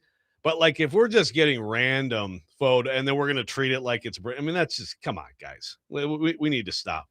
I mean, I understand that some people have just latched onto this and just absolutely, it is like life-giving, Yeah, you think Mac likes the role play? What if he was like a knight in King Arthur's court? Just like just making up segments to put on your show. Whose voice do we think that was? I think it was Eric Cartman, wasn't it? Well, we've gone to I think there was some Stephen A. in there. No. That was my attempt. That was Stilly as Cartman. That's what we've. Oh, okay. Yeah, that's our new thing. I don't know. Combination. I don't know if I should say that's our new thing. That's my new thing. Yeah, I get lumped into a lot of stuff around here. Yeah, no. That was Robbie's. That's Robbie's new thing. Cartman is Stilly, but like it's enough already. Okay, so that's all I have to say about that. Unless you guys want to weigh in. No, you nailed it. Okay, that's good. Well, just the breaking tag in general is used on stuff that's not close to breaking. Yeah, for Right. sure. It's meaningless.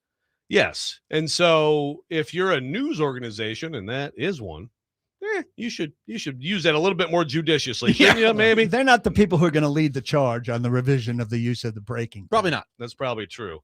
Now, another thing that I wanted to, and I've said this too, but I want your, I want to tie this to you, PK. Like I talked earlier this week, all because of the Vrabel stuff. I've seen some Titans fans like, I'm sorry, Amy, we doubted you and we never should have doubted you. It's like, no. You do not go back. You can feel better about Mike Vrabel not being your coach, but you do not revise anything with all that. None of that's different. None of it had to do with that. Right. Some people want to believe that maybe there was something. No, Amy Adams no. Strunk was a source for Diana Rossini. So I mean, if you're feeling like you somehow had bad doubts of Amy, that's absolutely ridiculous to feel like that had anything to do with that. I thought Brandon was the only source. You're very naive also about like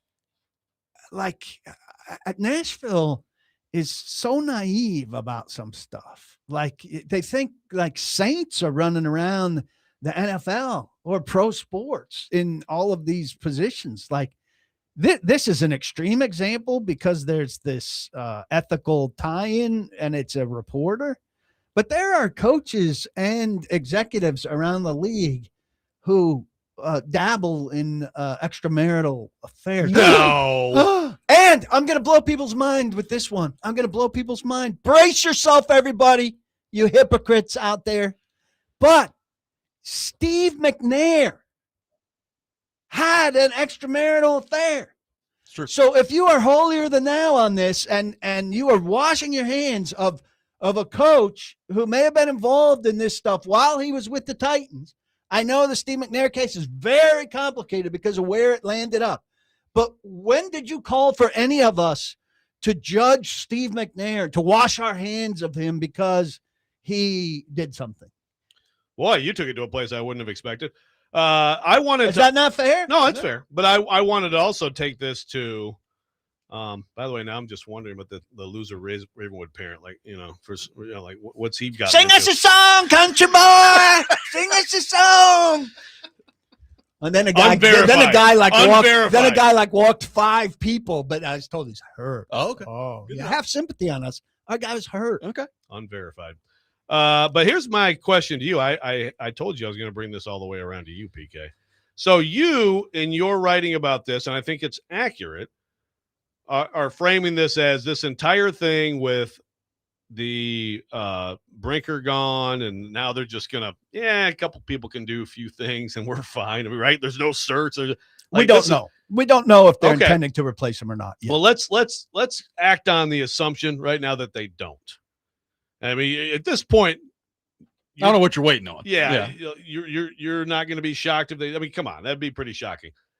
So you are framing it as, okay, this is all that it took to, like, babysit / take stuff off Rand's plate, which fine. I don't disagree, but is this not also a commentary on Chad Brinker himself? Well, this is if they do not replace Chad Brinker, then all of the Chad Brinker creating the president of football operations and telling us the league is moving this direction, the GM job is too big, we want it merely to focus on personnel, was all BS. And they lied to their fan base and to everybody, all to make themselves look better for the failed Rand Carthon hire.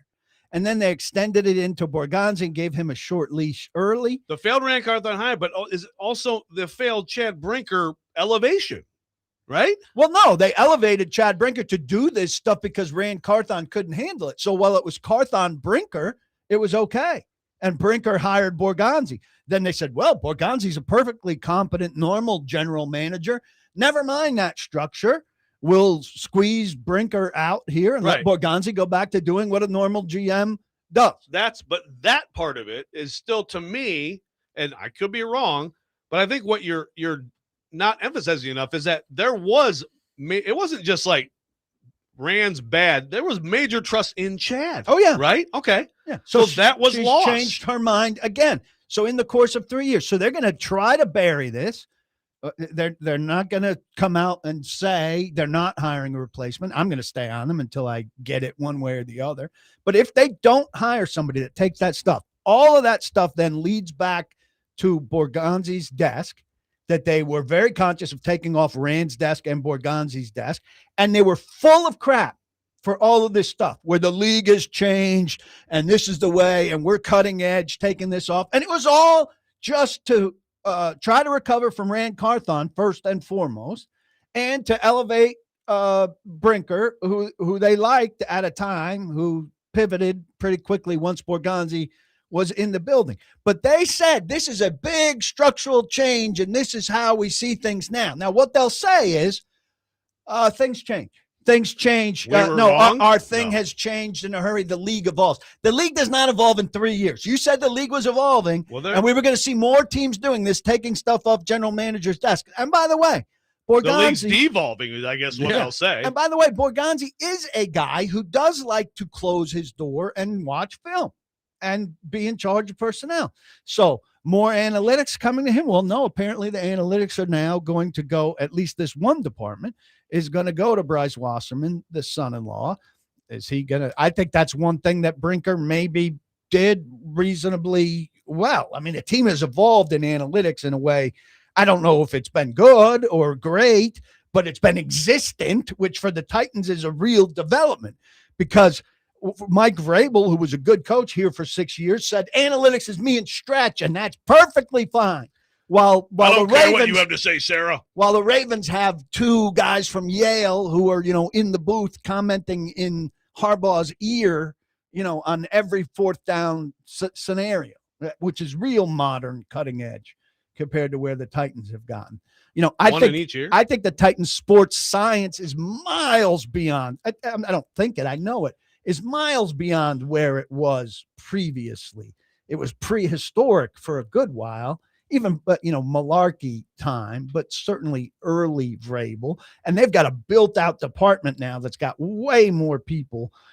And I'm pretty confident that they know what they're doing. I wrote a story about the speed coach last year that made a lot of sense, what he guided me through.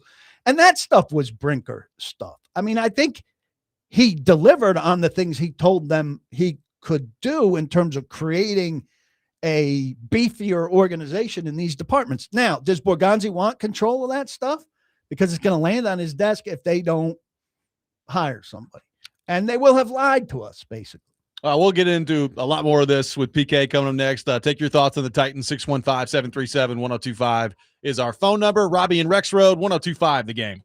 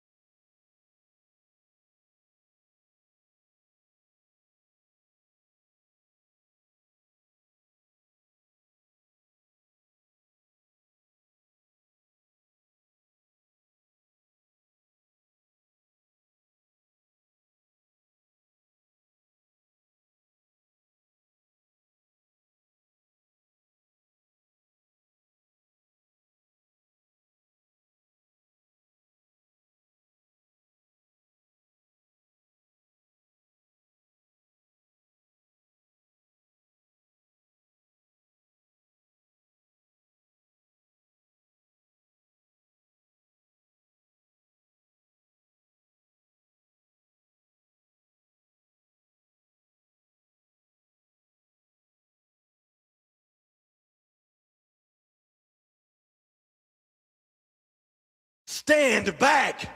There's a hurricane coming through. Paul Kuharski from paulkuharski.com with us here for the next hour, presented by Rapid Response Generators. Power when it matters most. Taking your questions for PK as well, 615-737-1025. So, PK, here, I want to start here on the Bryce Wasserman front.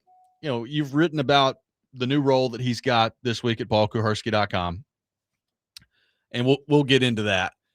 I want to start with just kind of the day-to-day optics of this, both from his standpoint and from other people in the organization. I mean, you're talking about a son-in-law of the owner and that dynamic that is involved here. So when I see that, look, I have no idea how qualified or not qualified Bryce Wasserman is to do these jobs that he's now been given and the responsibility that he's been given. I do think, regardless of how qualified he is, when you're the son-in-law of the owner, there's immediately well, you just have this job because you're the son-in-law of the owner moniker that you've got to overcome from his side of things. And I think the other side of this is like whether it's, I mean, you can take this up to Borgonzi if you want to, but I think more specifically, people under Borgonzi and people that are going to be working directly with Bryce Wasserman in the organization, it's like, are they going to be able to say what they truly want to say or what they feel, or do they feel like basically Wasserman's going to be the eyes and ears for Amy Adams Strunk in the organization, and that hinders things in any significant way? So how do you kind of view, I guess, that relational dynamic there that is unique in this situation, that both from his perspective, I think he's going to have to fight some perception to overcome, and for people who work in that organization, it's like, well, I don't know that I really want to talk about this right now because the son-in-law of the owner is here, and this could get directly back to her. Well, I think that's exactly what makes it complicated. Now, he's been around for a while. They refuse to have, sufficient biographies for people. So I could go on his LinkedIn and find out just how long he's been around. But he's not a rookie anymore, and he has worked his way up. And to a degree, he deserves some benefit of the doubt. Look, he's not a nefarious guy, and he's not a bad guy. He's a very likable, personable guy. But I said that from the beginning, as soon as Brinker went. I wonder if he'd say that about you. It's very nice of you. I don't know. The interactions I've had with him, I don't know. People put on faces with different people. He is a lawyer. He does have, I believe, an advanced finance degree. He's totally into it. I mean, to a weird degree, kind of. He catches balls from the quarterback during the session before receivers are available, when equipment guys do it. So here's a legacy guy in the family who, I think weirdly puts on, gloves and spikes to toe the line and make catches at practice, imitating receivers to be in the right spot. So 20 seconds after calling him a good guy to call him a weirdo. For Will Levis. I'm giving a full picture here. But I do think that there are a lot of people who spend a lot of time kissing his ass. Yeah. And knowing that if I'm in with Bryce Wasserman, I'm probably safe here. And Right. Other people who, for whatever reason, are not in with him or don't work in a department maybe adjacent to football administration where he is, who say, boy, it sure is easy for those guys to be safe because they're in with Bryce Wasserman and I can't be, or I don't want to operate that way. And I have a lot more doubt in my life, and I think it creates the potential for strain.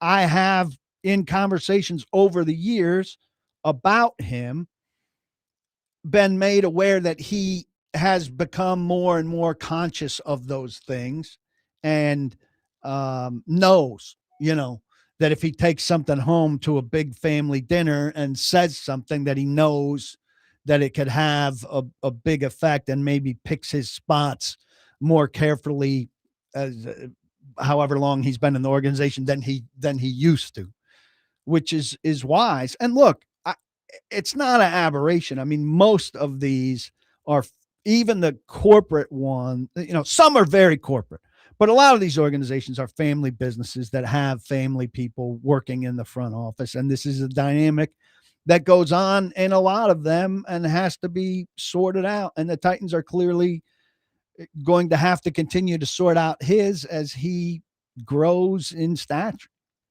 Brian says, is it crazy to think with the son-in-law coming in the way he is that this is grooming him to one day take Amy's position? I think there's some people actually related to her who would disagree strongly with that question. Well, he's not taking Amy's position. I mean, she's told me on the record, and it's clear in the ownership section that Kenneth Adams, who is, on the board of directions and co-chairman and owns a good portion of this team, ownership will be taking over ownership. And Bryce Wasserman stands to inherit with his wife, Amy Adams Strunk's segment of this. So there could be complexities down the road. And Kenneth is not a guy who's in the building on a regular basis, working day-to-day job the way Bryce Wasserman is. And I have no idea what their relationship is. It's obviously a lot of these teams are, teams, whatever, different leagues. You have stuff like this. You have family, you have people who are related, nephews, whatever, who are, and it's those are the people that you got to be careful. You got to all that stuff. The in-law aspect of it, and I'm sure there's some of that too, but that adds something that maybe everyone doesn't have, right? Like the son or daughter-in-law of the owner is kind of an interesting dynamic. But like you said, I mean, he has been here a long time, and it's like you're going to automatically have the stigma attached to you. And we've talked about it with Brian Poyle. As far as I know, Brian Poyle may be the greatest evaluator of talent in the history of hockey, but his name is Brian Poyle. And so if you ever were to utter him as a possible GM, the entire fan base is get the hell out of my face with that. Right. It just kind of goes with the territory. He, I thought he was oddly close with Will Levis. Will Levis went to his wedding. Another weird thing. How many weird things do you have about this guy? Well, I mean, I've observed it from close. Do you want to know what I see or not? I do. Well, I mean, you want me to shut up? Do I have to be quiet while you talk? No, but I mean, if you're going to critique my critique, I'm not critiquing. I'm just commenting. Really, it's interesting. He's straight. Yeah. So he and Levis are really tight. You've said this before. I mean, Levis, I pulled Levis aside last summer to ask him about, because I was writing this piece about Wasserman, to ask him about Wasserman as a pass catcher, as this thing, kind of, because I was playing with this as a lead. And he went on to tell me about how excited he was to get to the wedding, which was coming up, which I took as a real curveball. It was a real swerve in where I thought I was heading. So, I can't wait to do the chicken dance at their wedding. Yeah, that was interesting. The family tentacles that I have, Troy Blackburn is vice president of the Bengals as a year ago. He's married to Katie Blackburn. So he's an in-law. J.W. Johnson is the son-in-law of Browns owners, Jimmy and Dee Haslam, executive vice president and partner in Cleveland. Those are two big ones. David Shy Anderson worked for the Cowboys for a long time before he and Charlotte Jones divorced. I just think it's just an interesting dynamic in there when you're in that organization of, he's not going anywhere, right? He's going to be around. It's not like Bryce Wasserman's going to get fired. So, Yeah. Yeah. He just the Cowboy situation would be the only way. That would be the only way. Right. Yeah, exactly. Right. Yeah. And I think you work pretty hard. Everybody works pretty hard to stay married, I think. But you must work hard as hell. 615-737-1025 is our phone number. 615-737-1025. A lot more to get to with PK. We'll take more of your questions on the Titans. Robby and Rexrode, 1025 The Game.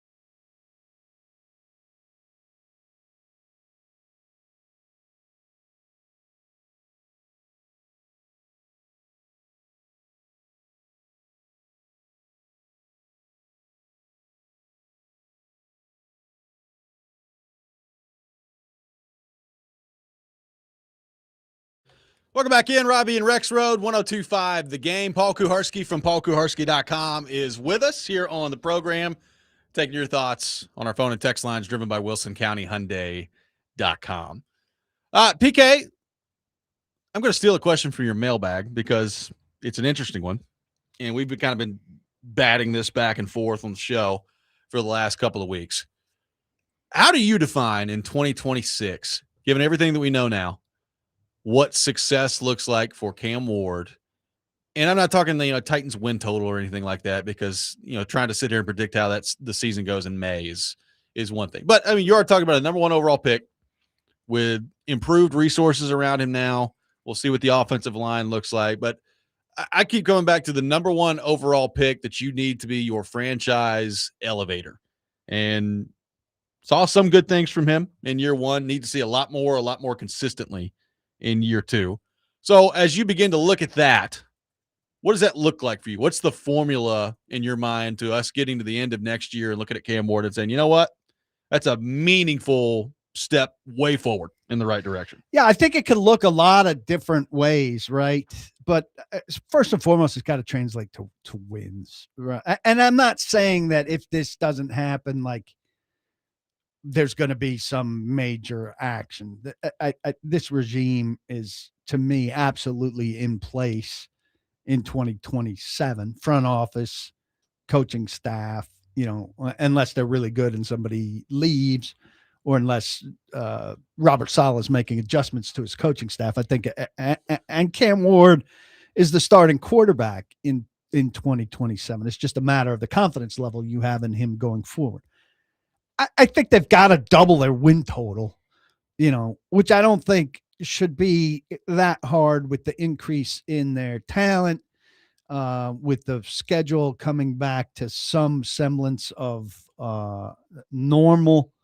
You look at their away games outside of the division, Baltimore in transition, Cincinnati maybe in a go for it thing, Dallas always a bit of a up in the air, Detroit, maybe in a bounce back season, Las Vegas better than last year but still not good, Giants better than last year, still not good. Should they be able to compete with all of those teams?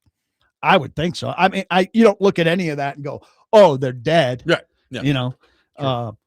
Home outside the division, Cleveland should compete. Jets should compete.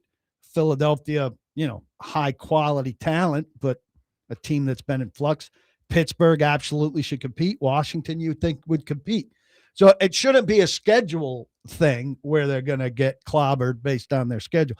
Doubling their win total as a result of them being a better team and Cam Ward playing better should be, I think, an automatic improvement that they make here.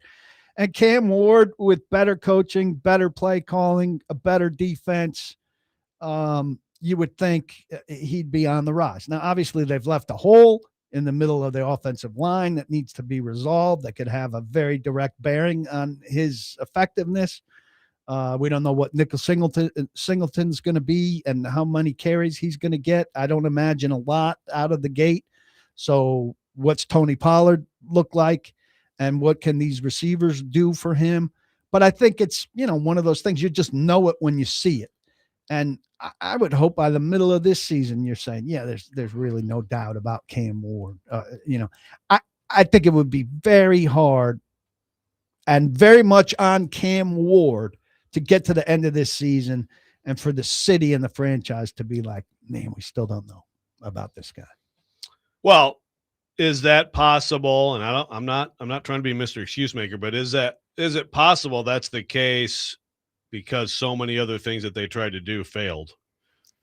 I mean, especially the offensive line, right? Like if it's a disaster up front. Yeah, but, and I've said this, and I understand, look, he's not Peyton Manning. He's not Tom Brady. He's not an elite quarterback. I know a lot of people think you can get there someday. I'm not looking that far out. You have to be better as a quarterback and as a play caller at making sacks more of a quarterback stat and having him avoid. Now, once in a while, if this is a true disaster, center and right guard, or a true disaster, once in a while he's going to get killed and it's going to be out of anything that he can do. And hopefully he doesn't get hurt in that. That's your number one concern. But at other times, got to throw it away, got to get hot, got to move away from things in a more efficient manner. Not that I'm pinning a lot on him last year, though certainly he took his share, but this thing has to be designed to get him away and out of, not just him, but the whole offense, out of trouble. And if that's the trouble spot, Brian Daboll's got to know what the trouble spot is and be able to get his quarterback trained to know how to get out of that trouble spot. Scale of 1 to 100, your satisfaction or confidence level in him after last year. In Cam? Yeah. 1 to 100. My satisfaction level with him now, or my expectation level for him? Based on that year.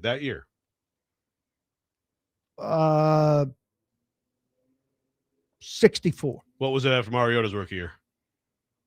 It would have been higher. It would have been 77, but I'm not great at remembering. I mean, I felt like Mariota. 77. I felt like Mariota had it. You know, I felt like he was going to be a good quarterback in the league. I'd have to go back and look at exactly what he did rookie year and how I felt. But I remember saying consistently for too long that I thought Mariota had the skill set and the mindset to be an effective NFL starter. And I think I started saying that pretty early. Yeah. I mean, after his second year, I think a lot of people would have been in the 80s with him. Yeah. So will people be in the 80s with Cam after this year? That's the hope. But I mean, anything I say there is forecasting, and I don't know what to forecast with him. I think they've set things up to be good around him outside of these two offensive line positions, which are the single biggest question facing this team as of whatever today is, May 13th. Yeah, for sure. You know, the quarterback and avoiding sacks thing is an interesting point because and people immediately go back to Joe Burrow's second year, right? And again, I'm with you. Like Cam Ward, until proven otherwise, is not Joe Burrow. So I understand that heading into all this. But it does feel like the upper echelon quarterbacks in the league are pretty good at avoiding sacks, right? Like it's and I think you're talking about with those guys differing degrees of offensive line play. Like Joe Burrow's really his entire career, but especially early in his career, was awful. Like it's awful offensive line play. Now he had elite weapons to get the ball to. And do the Titans have elite weapons to get the ball to? No. I mean, we'll see if Carnell Tate turns into that. So I understand that it's not exactly apples to apples there. But it does feel like, in general, your Josh Allen's, your, Mahomes to a certain degree, even though sometimes he runs himself into trouble trying to extend plays, they're pretty good at avoiding sacks for the most part. Unless it's just what you were describing of your offensive line just getting totally blown up. There's no doubt Ward has to take a step there. And I thought as bad as at times the protection was to begin last year, it's a little bit of the same thing with Levis too. Like sometimes he just ran himself into trouble and you got to get rid of the ball quicker. Yeah, more than – because that's the thing about him at Miami. He was special at times at extending plays, and he did seem to run himself into sacks too much last year. I guess there's more opportunity if your line is not good. But do you prefer a first-year quarterback to be running himself into some sacks or to be holding it too long and sitting in the pocket and showing some sense of unawareness about what's happening around? I'd take option one. Yeah. Because I think you can and coach that out. I think he did that more than he did the other. Outside of quick developing, unavoidable stuff. Right. Yep. Which happened. It did. 615-737-1025. I mean, it's the rule here now. Yeah, unfortunately it is. More coming up with Paul Kuharski next. Take more of your thoughts on the Titans. Robby and Rexrode, 102.5 The Game.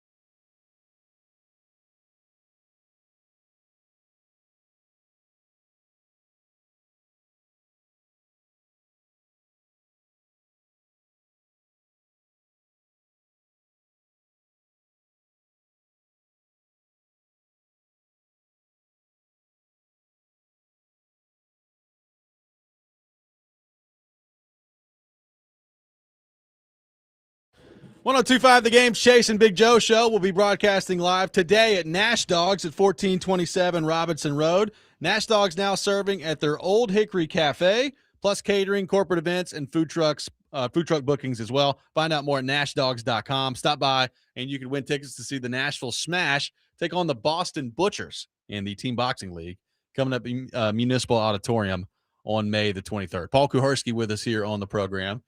PK, I remember this time about a year ago, we were talking about some moves the Titans made in the offseason. On the offensive line, you had J.C. Latham. At that point, it was Bill Callahan heading into year 2, which did not last very long. But Bill Callahan heading into year 2. And one of the things that you talked about, one of the things we discussed was, I don't want to see this offensive line take 7 games to get going next year, right? And we know what happened. It took them more than 6 or 7 games to get going. Similarly, on the defensive side of the ball this year, you have an established defensive coordinator. You have, as your head coach, as the actual defensive coordinator, you have a guy that worked very closely with him a year ago that they're very familiar with. You brought in a couple veteran corners, established guys, a veteran established defensive tackle. Like, there's a lot of moves that you've made on the defensive side of the ball, but a lot of guys who have played good football in this league. So my question for you is simply this. How much intolerance, for lack of a better word, should there be for how long it's going to take the Titans defense to get going to start next year? Because the way I look at this team right now, I think particularly early, as you're trying to get things figured out on the offensive side of the ball and Tate settling in and all these things, like, you may have to win games early in the year based on your defense. So how quickly do you think this Titans defense, given everything we just laid out there, should be ready to be firing on all cylinders? I might have a little bit more grace for the back end, where you've got a lot of new people and they got to get to know each other and communicate and all of that. Not that they're going to use that as an excuse, but if you see communication issues early, that'll be why. Up front, though, sounds like there are not a lot of twists, not a lot of stunts. It's a go get the quarterback kind of thing. Expect the guy who gets the one-on-one to win outright with guys who are capable of doing that. I would think that the pass rush needs to be and will be expected to be a very good version of what it's going to be right from the start. And that's, I think it's been made clear as soon as they started acquiring people that that's going to be the identity of this team.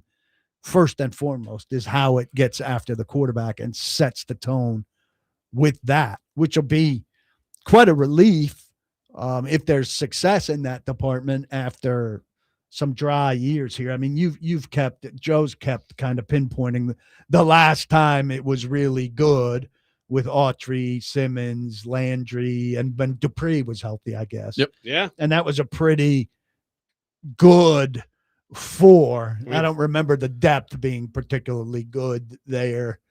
I don't know who the third rusher. They had his name that was crushing Raidens in practice still, didn't they? The little guy who was kind of a good story for a couple years, whose name is completely eluding me. I know the text line is going to bail me out right now.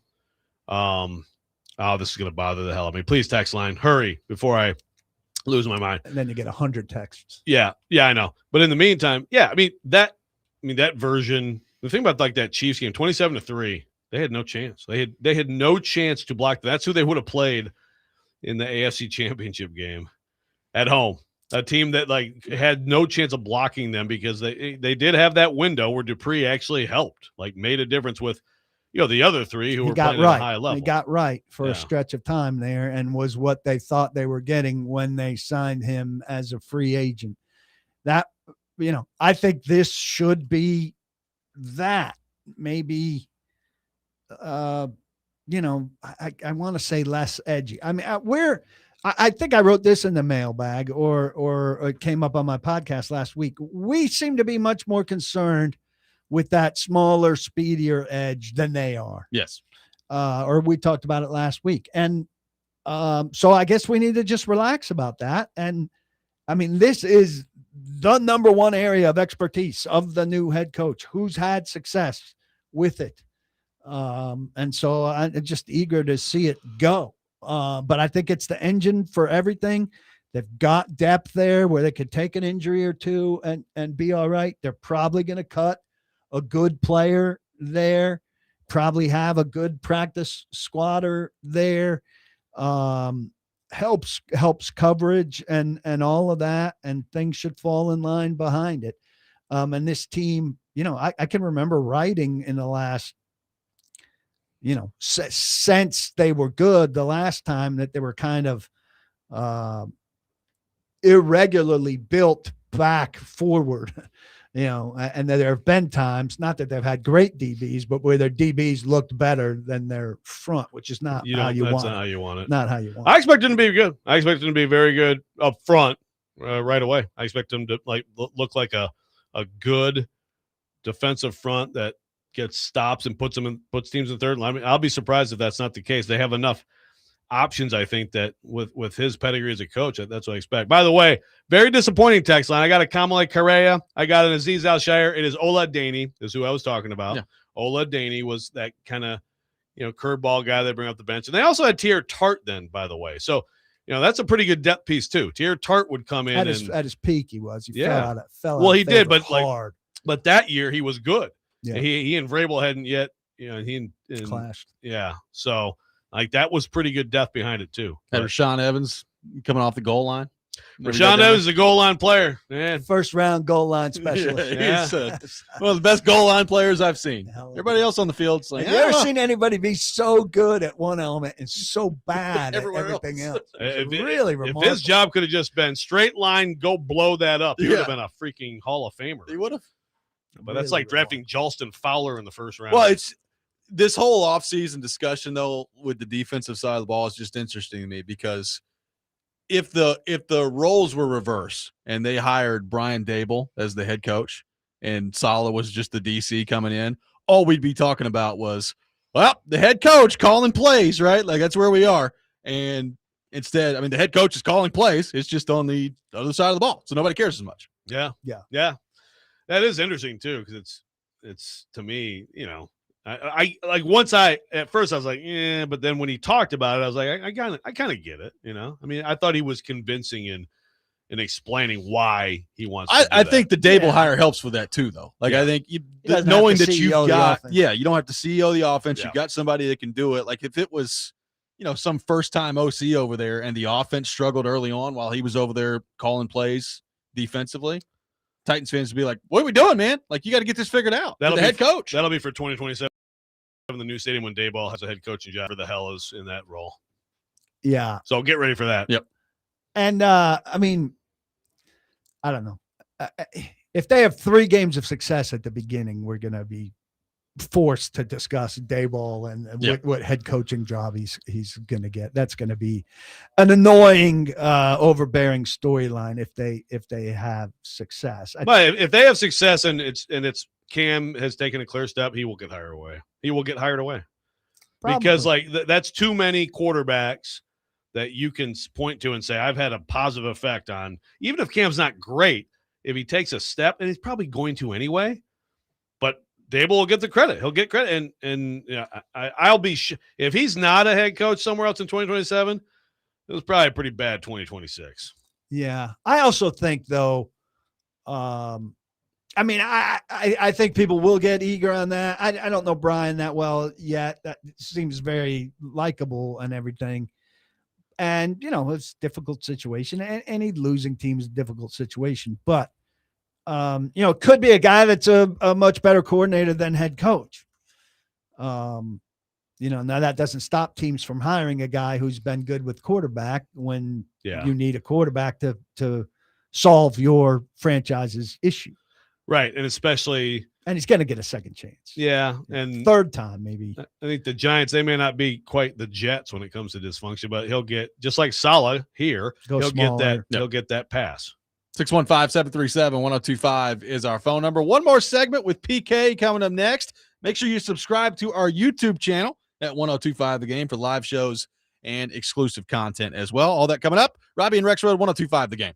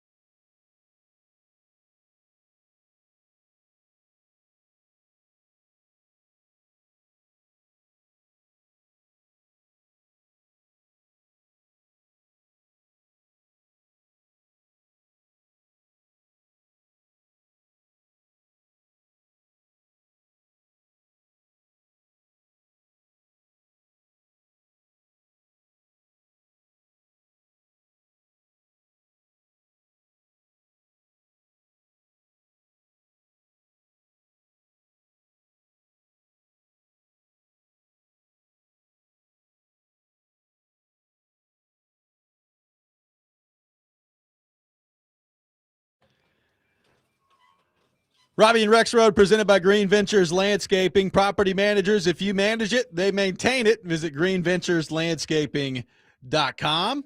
Boxing fans, 102.5 The Game, Ting Boxing League. Have your chance to win tickets to see the Nashville Smash take on the Boston Butchers. Coming up on May the 23rd at Municipal Auditorium. Text the keyword FIGHT to the game text line at 615-737-1025. We can officially break the news. No international games for the Tennessee Titans. The NFL's international schedule is now out. What does it mean, PK? What does it mean? They could be a road team next year. They have 9 home games next year. You usually in the year that that's an AFC NFC thing. So AFC has 9 home games next year. The Titans are not going to be asked to give up a home game next year in their first year in the new stadium. Yeah.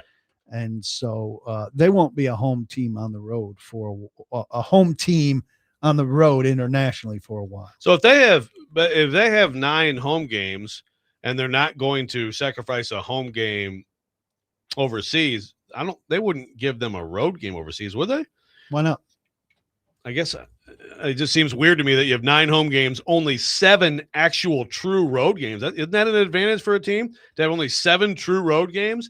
Get one of your road games, become a neutral site game in Europe, and you get 9 home games? Other than the travel involved. Well, sure. But it seems like it should be. I mean, where's the international game? They playing in Australia again? That's not much of an advantage. Well, yeah. But, I mean, just in general, the number, it should be like if you have 9 home games, you give up a home game. I have to look at that. I mean, the teams with 9 home games give up a home game, but do we think all the teams that go on the road then are teams that would have 9? I don't know. It should be. Then it's all from the 9, so it would be all the same conference. That's not how it's working. That's not way too much math. You're probably right, but I don't think that's wrong. No, I'd like to just submit that I don't. Ian like that. seems to have something to say. No, I was kind of confused about the whole situation too. My understanding is that like this Titans are on the road 1 game more this year, which means it's an NFC year for 9 home games. Yeah. So NFC teams would be more likely to give up a home game as host this year so that they only had 8 home games. But their road opponents could come from either pool. Feels like another reason to add in the 18th game. They need to put just get them even. Need to put Jacksonville and Titans over there overseas. They sent Jacksonville over there for a month anyway. I think the Colts drew that. Texans got one against Jacksonville too. Over there. Yeah. Just have a residency over there in London. Yeah. I mean, they don't care about playing the divisional games over there, which is what I was screaming about with this 49ers Rams thing to start the season off. It's like, oh, good. You're going to play a divisional game in Australia. Yeah. That's what we want. I would just they wouldn't mess with that. When the Titans go again, now when they have a home game, I would suspect it would be in Ireland because they've set a flag in Ireland where they finally took some of this international marketing. Yeah. But it'd be great if they weren't in London again for their fans because they've been in London twice in relatively short order. And for you. Yeah. And so everybody would get to go somewhere different. Cheerio. I'd vote Spain. There you go. But Paris would be fine. I've been to Paris a lot. I'd rather go to Spain. This is great humble bragging by you. Richie from White House says the Titans are getting a rivalry uniform this year. This past season, the teams who participated got a home primetime game. I would imagine that would be the same for this year. Surely the Titans would at least get a home Thursday night game with them using the rivalry uniform.